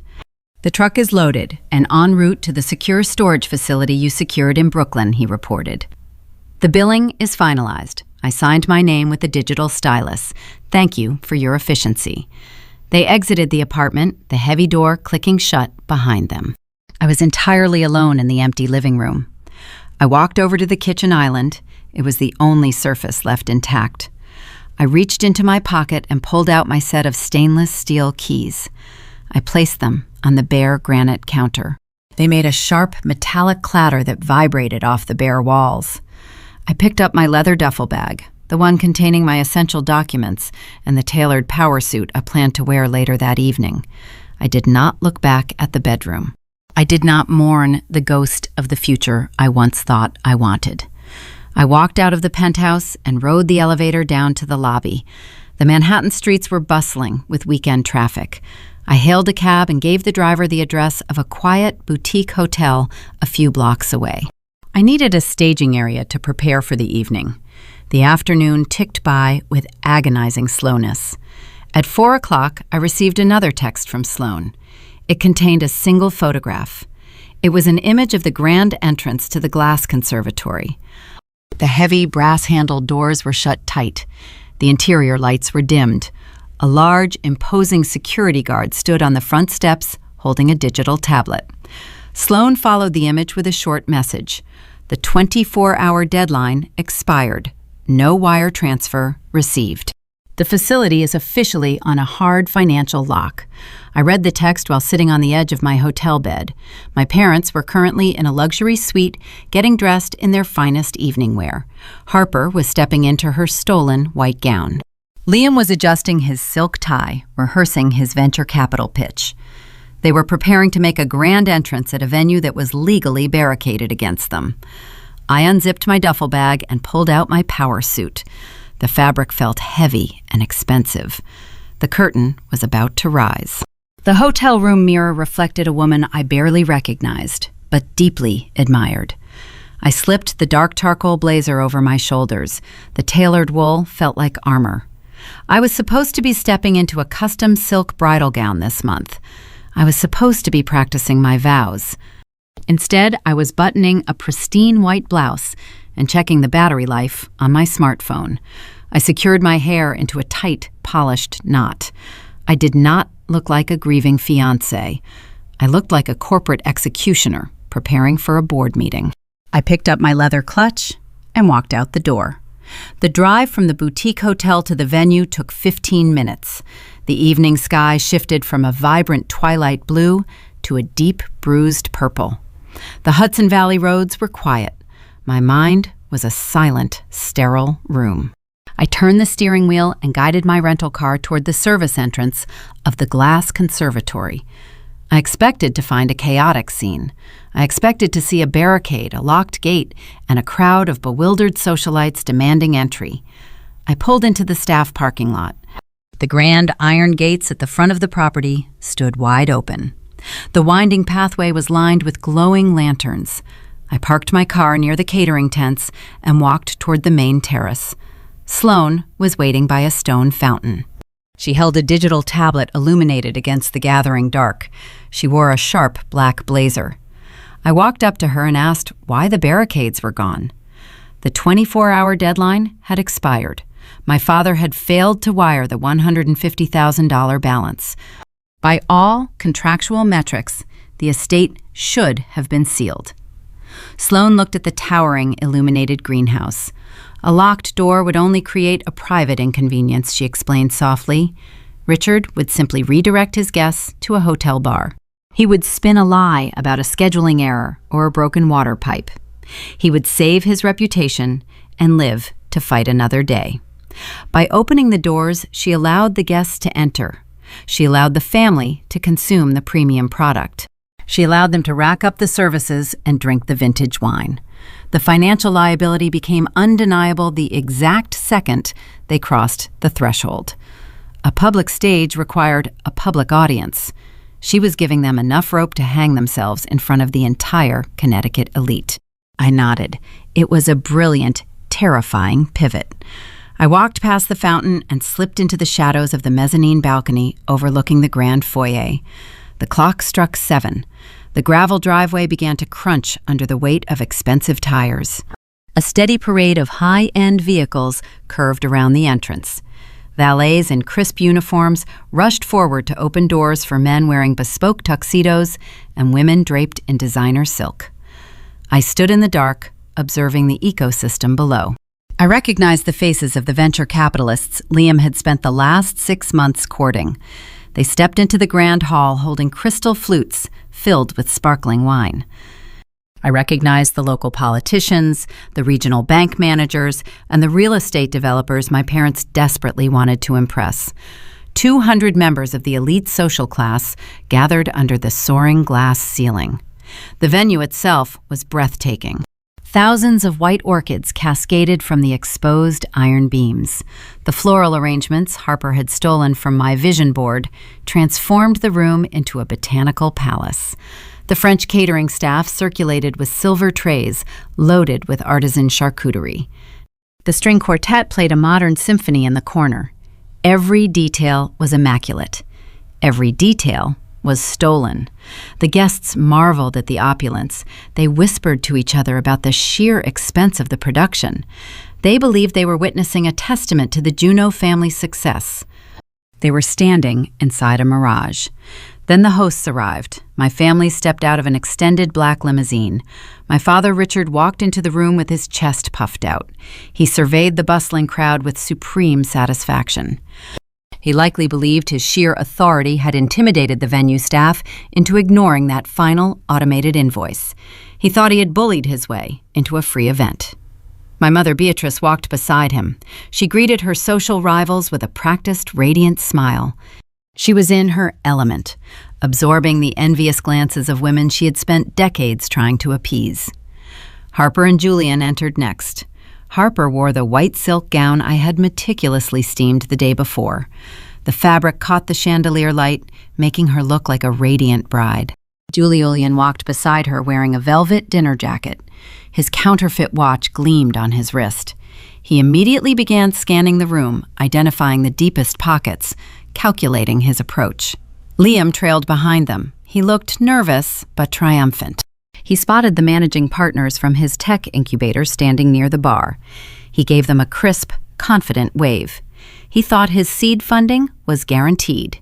He thought he had outsmarted me. I watched the family move through the reception area. Sloane stood near the coat check, directing the waitstaff. Harper strutted past the registration table. She paused, looking Sloane up and down. Harper possessed a lifelong habit of treating service workers like invisible machinery. She believed paying a premium price granted her the right to act with total impunity. Harper leaned in close to Sloane. She tilted her chin upward. "You served us very well tonight," Harper said. Her tone was dripping with condescension. She delivered the compliment as if she were tossing a coin to a beggar. Sloane did not flinch. She did not break her professional posture. She simply offered a calm, chilling smile. "It is my pleasure to ensure you get exactly what you deserve this evening," Sloane replied. Harper smirked, entirely oblivious to the lethal double meaning of the phrase. She linked her arm through Julian's elbow and glided onto the dance floor, eager to claim the center of attention. The first 30 minutes of the gala unfolded like a master class in social deception. I remained hidden on the mezzanine, watching the predator circle the prey. Julian worked the room with the lethal grace of a seasoned con artist. He cornered a prominent angel investor near the champagne tower. I watched Julian gesture expansively, laughing at the precise right moments, projecting the aura of a man who managed billions. The investor nodded, leaning in, captivated by the illusion. Julian was selling invisible shares in a ghost company. He was using the stolen orchids and the stolen venue as proof of his legitimacy. Liam stood 2 steps behind Julian, playing the role of the loyal disciple. Liam introduced his own firm, leveraging Julian's fake credibility to validate his software startup. The investors were biting the hook. They were exchanging business cards. They were scheduling Monday morning tea times. My father was holding court near the carving station, boasting about the specific rare orchids he claimed he sourced himself. He was stealing my taste and claiming it as his own genius. The lie tasted like poison, but I felt only a cold detachment. They were all intoxicated by their own perceived brilliance. They were dancing on the deck of a sinking ship. At exactly 7:30, the music faded. The string quartet lowered their bows and stepped back into the shadows. A sharply dressed master of ceremonies stepped onto the elevated stage positioned at the front of the room. He tapped the microphone. A high-pitched feedback loop briefly pierced the air, commanding the attention of all 200 guests. The room grew quiet. The chatter ceased. The clinking of crystal glasses stopped. The master of ceremonies smiled brightly under the spotlight. "Ladies and gentlemen, please direct your attention to the main screen," he announced, his voice booming through the speakers. The host family has prepared a special birthday tribute video for our guest of honor. The lights inside the grand hall dimmed. A hush fell over the crowd of 200 guests. I leaned against the wrought iron railing of the mezzanine balcony, hidden in the shadows, looking down at the magnificent ecosystem I was about to destroy. Harper stepped into the center of the dance floor.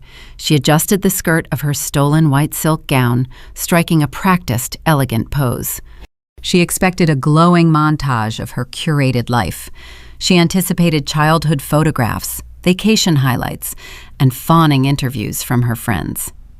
Julian stood a few feet away, holding a crystal flute of champagne, projecting the image of a billionaire patron indulging his beautiful partner. Near the bar, Liam grinned at his prospective financiers, ready to bask in the reflected glory of the Juno family wealth. My parents, Richard and Beatrice, puffed their chests with pride, standing at the edge of the floor to absorb the admiration of the Connecticut elite. A motorized whirring sound echoed through the soaring glass structure. The massive projection screen descended from the ceiling. A high-definition projector beamed a bright rectangle of light through the darkness. Instead of an upbeat musical intro and a slideshow of glamorous photographs, the canvas remained pitch black. A single white audio waveform appeared in the center of the screen. The graphic pulsed silently for a fraction of a second. Then, the ambient chatter in the auditorium was shattered by a booming, familiar voice vibrating through the state-of-the-art surround sound system. It was my father. His voice rang out crisp and undeniable. Richard spent his entire adult life building a logistics empire on the foundation of intimidation, terrified of ever appearing weak or foolish in public. Now, his own arrogance was echoing off the walls. It was remarkably simple, his recorded voice boasted, the audio pristine and terrifyingly clear. I just told the venue coordinator to transfer the $80,000 deposit over to Harper's account. Venessa will not do a thing about it. She never fights back. She is too worried about keeping the peace. The clinking of crystal glasses ceased entirely. The air vanished from the room. A new voice chimed in. "Beatrice." "Exactly," my mother agreed on the playback, her tone laced with airy disdain. "A 25th birthday only happens once. Venessa and Liam can rent a tent for a backyard ceremony. We need this gala to impress Julian's network. Venessa is just being selfish if she complains." Down on the floor, the socialites and venture capitalists froze in place. A woman wearing a sequined gown covered her mouth in shock. The silence among the guests turned instantly toxic. Richard's chest deflated. The color drained from his face, leaving him a pale, sickly gray. He looked around wildly, his jaw slack. He realized his elite peers, the very people he spent decades trying to court, were currently listening to him confess to wire fraud and parental theft. Harper's practiced smile vanished. Her posture crumbled. The white silk dress suddenly looked absurd, resembling a cheap costume worn by a petty thief rather than a garment of high society. Julian lowered his champagne flute. The seasoned con artist instantly recognized a burning building. He took a subtle half-step backward, distancing himself from Harper, his survival instincts overriding his counterfeit romance. The white waveform on the screen flatlined briefly. The room held its collective breath. Then a new audio clip began. The pitch changed. It was Liam. Liam built his technology startup on raw charisma, relying on the goodwill of older, wealthier mentors. He had spent the last 2 hours shaking hands with these exact mentors, securing their trust, selling them the illusion of his integrity. "I need this seed funding from Vanguard," Liam's recorded voice echoed through the speakers, dripping with cynical desperation. "My current angel investors are terrified of risk. Honestly, they are a room full of gullible targets. You just wave a shiny presentation in front of them, throw in some buzzwords about machine learning, and they open their wallets. They do not understand the tech. They just want to feel smart." I shifted my gaze to the group of financiers standing near the bar. The managing partners of his incubator stared at the projection screen. Their expressions hardened into stone. The warm, congratulatory atmosphere they had shared with Liam evaporated, replaced by freezing contempt. One of the lead venture capitalists, a man Liam had toasted just moments ago, set his drink down on a cocktail table and turned his back. The physical rejection spread like a contagion. People stepped away from Liam, leaving him isolated in a wide circle of empty floor space. Liam stared up at the black screen, his mouth opening and closing like a suffocating fish. He wanted to claim the recording was fake, but the sheer high fidelity of the audio made denial impossible. His career, his reputation, and his entire future in the technology sector died in the span of 30 seconds. The playback ended. The white waveform disappeared. The motorized screen rolled back up into the ceiling, retreating into the darkness. The silence that followed was deafening. It was not a confused quiet. It was the heavy, suffocating silence of absolute social ruin. I watched from the balcony, my heart beating with a slow, steady rhythm. The demolition was precise. The architecture of their lies had collapsed inward, trapping them under the rubble of their own recorded words. Richard whipped his head toward the sound booth, his face turning a mottled shade of purple with rage and panic. He scanned the perimeter of the room, looking for someone to blame, someone to intimidate. He spotted Sloane standing near the edge of the elevated stage. Sloane did not look intimidated. She stood with perfect posture, holding a leather clipboard against her side. Slowly, deliberately, she reached into the breast pocket of her black blazer. She pulled out a pen. It was not a standard office supply. It was the exact red ink pen she used to physically cross out the $80,000 credit on my parents' new invoice. Sloane held the red pen between her thumb and forefinger. She tapped the plastic barrel against the metal clip of her board. Tap, tap, tap. The sound was barely audible over the rising murmurs of the crowd, but Richard heard it. He locked eyes with her. He stared at the instrument of his financial execution. He finally realized the venue owner was not a subordinate he could bully. She was the architect of his demise. The murmurs in the grand hall swelled into a loud, chaotic buzz. Guests pulled out their smartphones, texting and recording the fallout. Whispers of fraud, embezzlement, and betrayal rippled through the crowd. The elite society my parents so desperately wanted to impress was now actively consuming their public humiliation as entertainment. Sloane stopped tapping the pen. She walked up the 3 wooden steps onto the stage. She moved with calm, lethal authority. The master of ceremonies quickly backed away, handing her the silver microphone.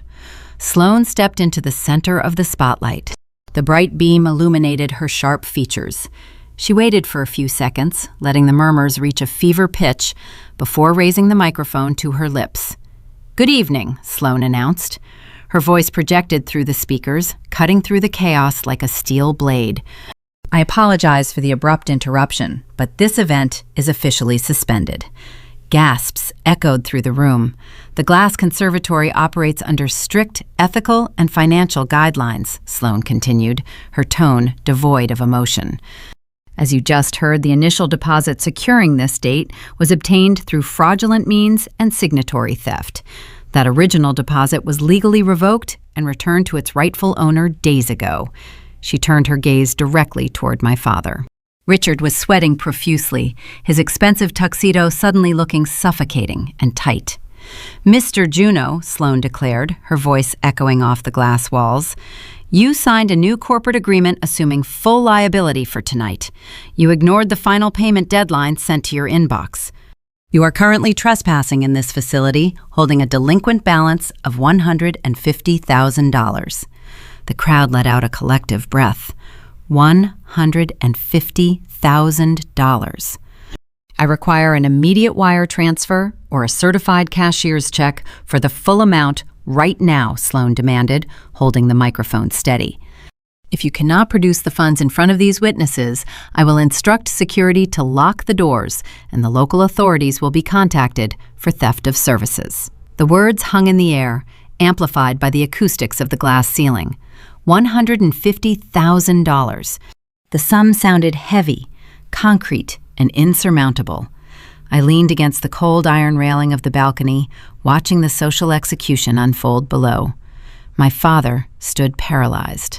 The logistics titan who routinely bullied warehouse managers and shipping contractors had no script for public accountability. He reached into his jacket pocket, his hand trembling, searching for a checkbook that lacked the funds to cover the debt. His face shifted from pale gray to an alarming shade of crimson. Beside him, Beatrice broke. The country club stoicism she spent decades cultivating shattered in a single instant. Tears spilled over her lower eyelids, dragging expensive mascara down her cheeks in dark, jagged streaks. She raised trembling hands to cover her face, trying to hide her humiliation from the surrounding Connecticut elite. The women she desperately wanted to impress were now holding their phones, recording her weeping. Harper did not cry. Harper erupted. The golden child was entirely unequipped to handle a reality where her demands were denied. She stomped her foot against the marble floor, the sharp crack of her designer heel echoing through the silent room. She screamed at Sloane, pointing a manicured finger toward the stage, demanding the music resume and the party continue. As she spun around to appeal to her audience, the hem of her stolen white silk gown snagged on the sharp edge of a decorative brass planter. The delicate tulle tore with a loud, sickening rip. Harper stumbled, grabbing the torn fabric, looking less like a high society debutante and more like a ruined porcelain doll. The audience did not offer sympathy. They offered quiet, disgusted judgment. Down near the bar, Liam panicked. He understood the gravity of the situation. His angel investors were already buttoning their suit jackets, preparing to exit the toxic environment. He needed a savior. He needed a billionaire private equity partner to step forward, write a check, and rescue the evening. Liam turned around, scanning the crowd for the velvet dinner jacket and the fake luxury watch. Julian Pierce was nowhere to be found. A seasoned predator knows exactly when the prey is poisoned. The moment my recorded audio echoed through the speakers, exposing the fraudulent foundation of the event, Julian calculated the risk. He recognized that police involvement and financial scrutiny were imminent. Con artists do not linger at crime scenes. While my father stared at the screen and Harper threw her tantrum, Julian simply backed away.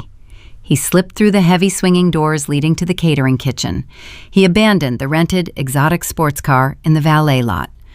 He walked out the service exit and vanished into the Hudson Valley night, leaving Harper to face the wreckage alone. Liam pushed his way through the cluster of bewildered guests. He called Julian's name, his voice cracking with desperation. He shoved past a tray of champagne flutes, spilling wine across the floor. He reached the head table, finding only empty chairs. The realization hit him with physical force. There was no billionaire. There was no seed funding. The golden ticket he had traded my future to obtain was a phantom. But Liam was a creature of terminal arrogance. He refused to accept defeat while his venture capitalist mentors watched from the sidelines. He believed he could still salvage the narrative. If he paid the venue fee, he could paint himself as the wealthy hero who rescued the Juno family from a clerical error. He could prove his financial liquidity to the investors. He adjusted his silk tie, squared his shoulders, and marched toward the stage. Sloane stood waiting, holding her digital tablet equipped with a card reader.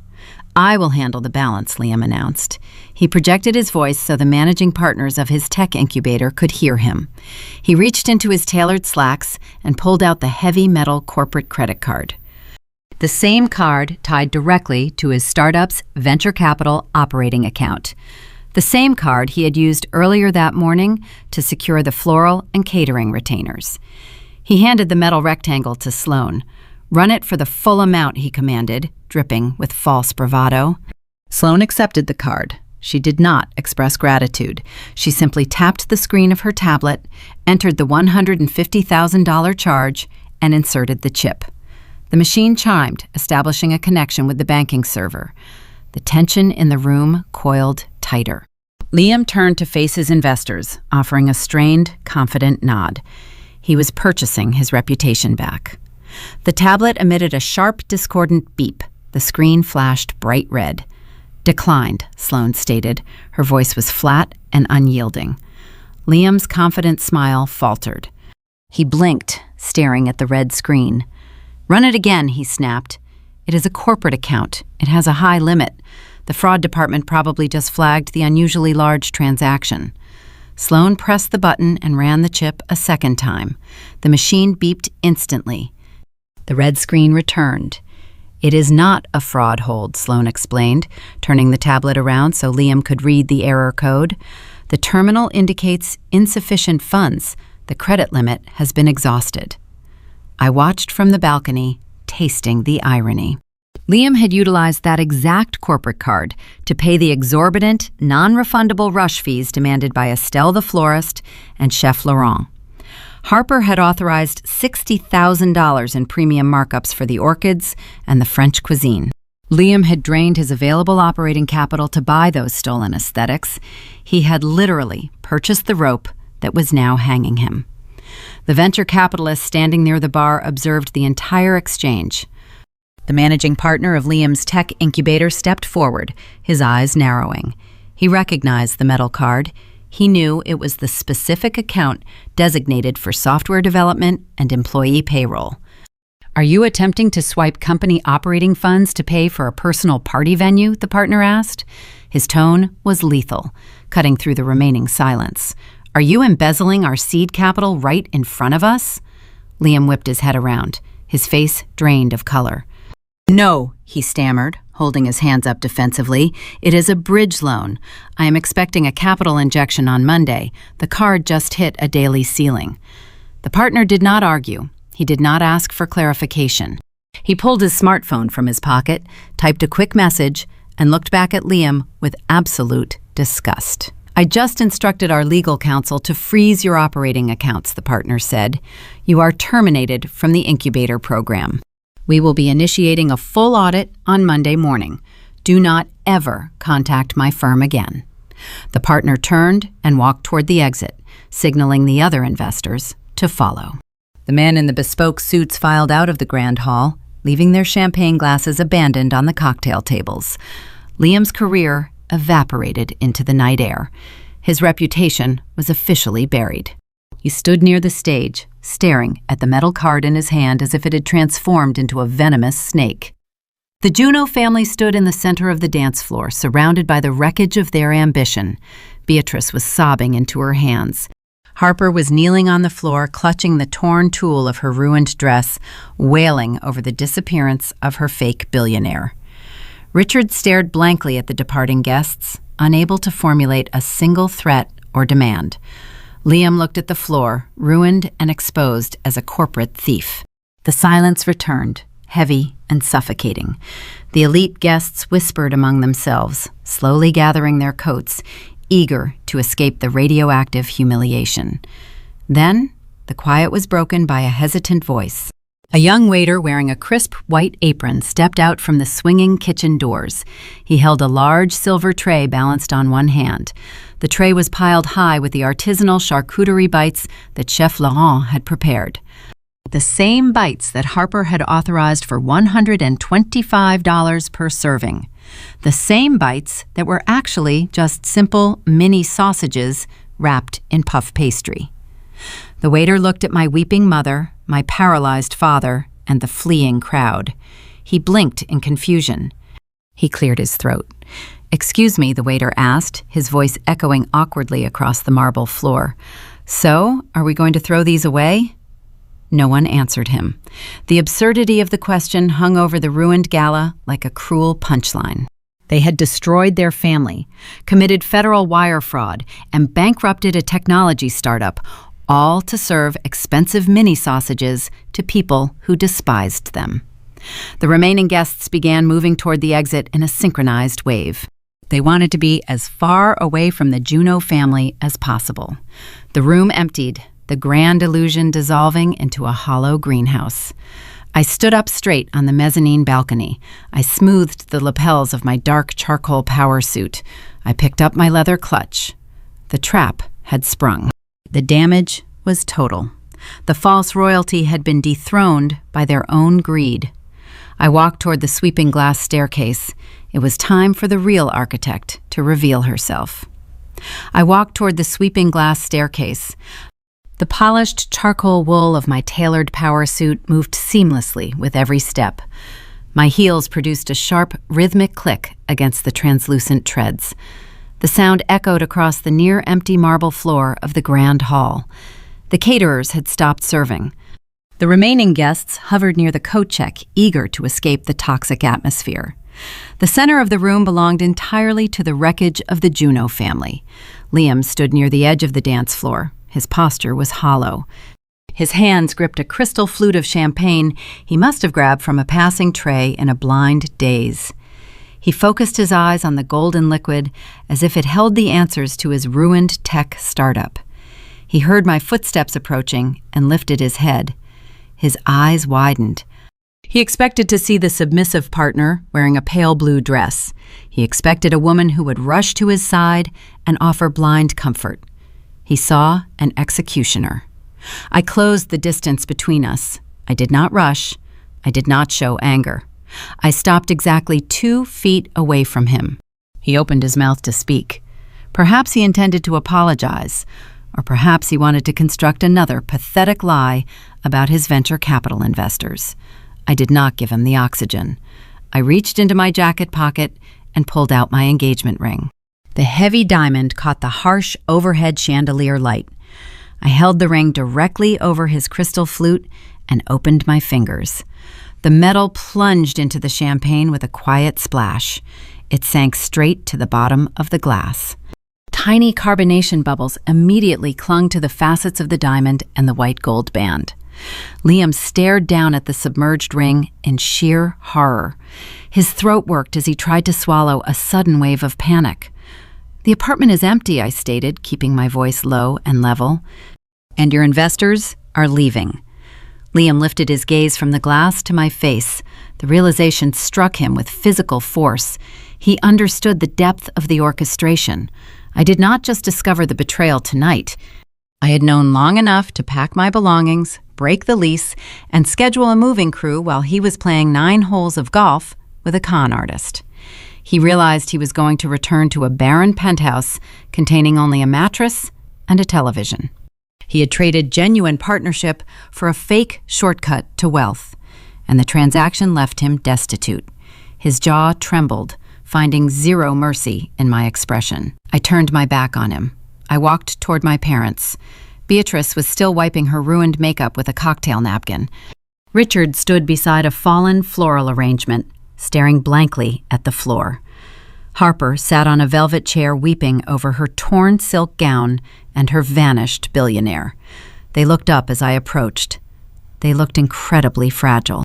The country club armor they had worn for decades was gone, stripped away by their own public humiliation. I held the thick manila envelope in my right hand. I extended my arm, offering the package to my father. Richard hesitated.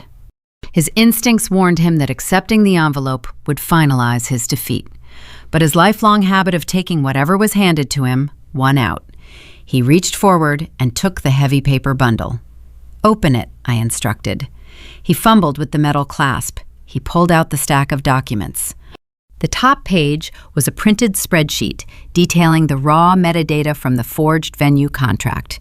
He saw his own internet protocol address printed in stark black ink. He saw the timestamp, proving he copied my signature. Beneath that page lay a small digital storage drive containing the audio files of his confession from Sunday dinner. But those items were merely the prologue. Richard shuffled the pages and found the final document. It bore the official seal of the state and the heavy letterhead of my late grandmother's estate attorney, Elias Thorne. I watched my father's eyes scan the legal text. I watched his pupils dilate as he absorbed the vocabulary. Notice of default, revocation of collateral backing, immediate acceleration of principal debt, foreclosure initiation. Years ago, Evelyn Juneau agreed to secure the mortgage on their Greenwich colonial estate, utilizing the assets of the limited liability company she eventually left to me. She implemented a strict fiduciary integrity clause to prevent this exact type of theft. By forging my signature to intercept the $80,000 wired from that specific trust account, my father triggered the poison pill. The trust was legally obligated to sever the financial guarantee. The bank was legally obligated to demand the entire remaining balance of the mortgage within 30 days. "You took the house," Richard whispered. His voice was fragile, stripped of its usual booming authority. His hands shook so violently, the papers rustled against each other. "I did not take anything," I replied. My tone remained perfectly polite. "You surrendered the property the moment you decided my money belonged to Harper. You signed the forgery. You triggered the clause. I simply allowed the legal mechanism to function." Beatrice gasped. She snatched the documents from his trembling hands. She read the bold print at the top of the foreclosure notice. The reality of losing her sprawling colonial estate, the physical manifestation of her social climbing, fractured her mind. Without that property, she was thrust back into the middle-class obscurity she had spent her entire life trying to escape. She dropped the papers onto the marble floor. They scattered across the polished stone like fallen leaves. Harper stopped crying and looked at the fallen documents. The golden child finally understood that the bankroll funding her designer lifestyle had just evaporated. There would be no more luxury vehicles. There would be no more exclusive country club memberships. There would be no elite network to catch her. They were financially ruined. I did not wait for an apology. An apology requires a conscience, and they only possessed regret for being caught. I turned away from the weeping family and the shattered groom. I walked back toward the stage where Sloane stood waiting. She had traded her digital tablet for 2 pristine crystal glasses filled with vintage red wine. I reached her side and linked my arm through hers. We did not look back at the dance floor. We walked through the arched doorway leading into the private VIP suite, letting the heavy mahogany doors click shut behind us, leaving them alone in their glass cage. 6 months later, the air in Brooklyn carried the crisp scent of early spring. I stood in the kitchen of my new townhouse, running my hand along the edge of a soapstone counter. The morning sunlight poured through the floor-to-ceiling windows, illuminating the exposed brick walls and the wide plank hardwood floors. The space was entirely mine. There were no ghosts of past compromises hiding in the corners. I purchased the property using the $80,000 I safely extracted from my grandmother's trust account. The money served as a flawless down payment, securing a sanctuary built on my own terms. The transition from a life of quiet submission to a life of absolute autonomy did not happen overnight. It required a systematic dismantling of the past. The wreckage I left behind at the Glass Conservatory finalized that process. My parents learned a brutal lesson about the architecture of consequence. Elias Thorne executed the revocation of collateral with ruthless precision.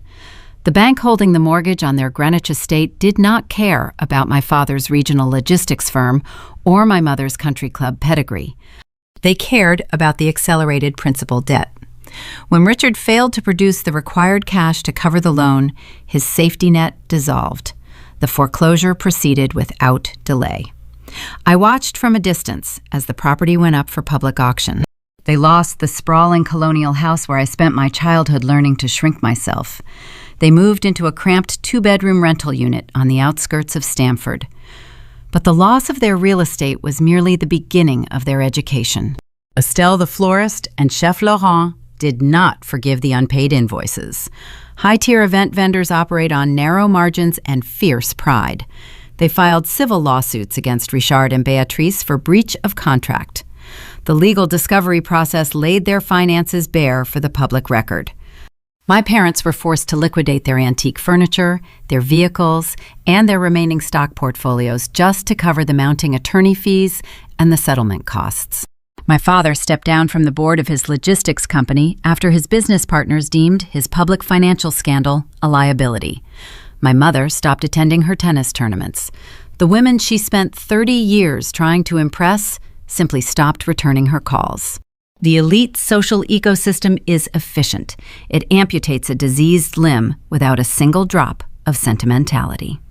Harper faced a different kind of exile. The truth about Julian Pierce circulated through the Connecticut Whisper Network faster than a seasonal virus.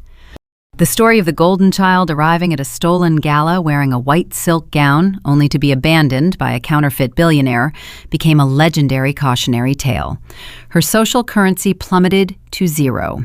The friends who used to drink champagne on her rented yachts now crossed the street to avoid making eye contact with her. Without my father to bankroll her designer wardrobe, and without a wealthy partner to validate her status, she hit a terminal wall. She was forced to sell her luxury handbags on secondary market websites just to pay her basic living expenses.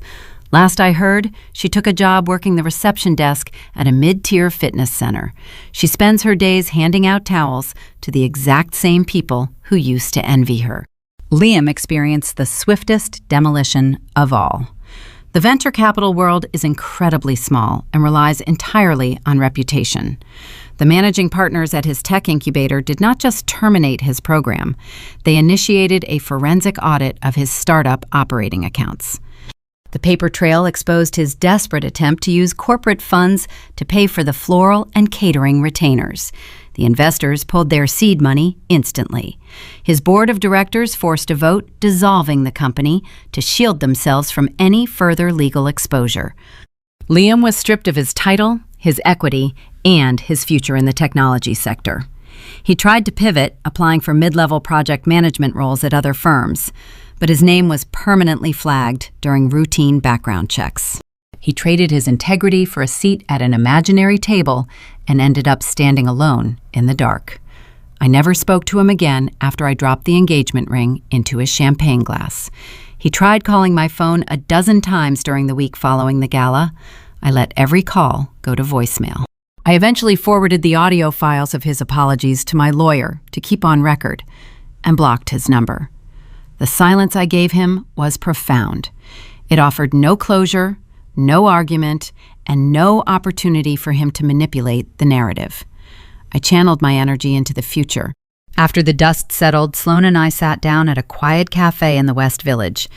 We realized we shared a unique tactical synergy. She understood the intricate logistical framework of high-stakes events. I understood the psychological profiles of the people funding them. We combined our expertise and launched a boutique crisis management firm. We specialize in contract mediation, vendor negotiations, and emergency extraction protocols for high-net-worth clients facing sudden event cancellations. The business scaled rapidly. We turn chaos into order, and we charge a premium for the service. I poured a cup of black coffee and walked out onto the private balcony of my townhouse. The wrought iron railing felt cool under my fingers. The street below hummed with the quiet rhythm of the neighborhood waking up. Potted hydrangeas lined the perimeter of the terrace, their green leaves swaying in the gentle breeze. I set my ceramic mug on the small bistro table. Next to it sat a sleek silver frame. Inside the glass was a photograph taken last month at our corporate launch party. Sloan and I were standing next to each other holding glasses of sparkling water. We were smiling. It was not a practiced, hollow expression meant to appease a demanding audience. It was a genuine, grounded smile, born from mutual respect and shared victory. Engraved on the bottom edge of the silver frame was a short, simple inscription. Family is your protector. I traced the letters with my thumb. For 29 years, I believed family was defined by shared genetics and forced proximity. I thought loyalty meant absorbing the collateral damage of the people who shared my last name. I thought keeping the peace required me to constantly surrender my own territory. I looked up at the clear morning sky. The truth is much colder and far more liberating. Blood ties give no one the right to take away your peace. Forgiveness is not a mandatory toll you must pay to exist in the world. Sometimes the most profound act of self-preservation is simply stepping out of the way. You do not always have to fight the people who betray you. You do not have to scream to prove your worth. Silence is the most elegant weapon against greed. When you stop shielding toxic people from the consequences of their own actions, they will inevitably build their own guillotine. All you have to do is refuse to stand on the scaffold with them. Have you ever had to let someone you love walk into a trap of their own making to protect your future? Tell me in the comments. I read every single one. The family dinner table is often romanticized in American culture as the ultimate sanctuary. It is the place where the day is unpacked, where traditions are passed down, and where the foundational values of love, trust, and mutual respect are supposed to be forged. We picture the passing of dishes, the sharing of laughter, and the quiet assurance that, no matter how harsh the world outside may be, within these four walls, you are safe. But what happens when the most dangerous predators you will ever face are the ones sitting across from you, asking you to pass the salt?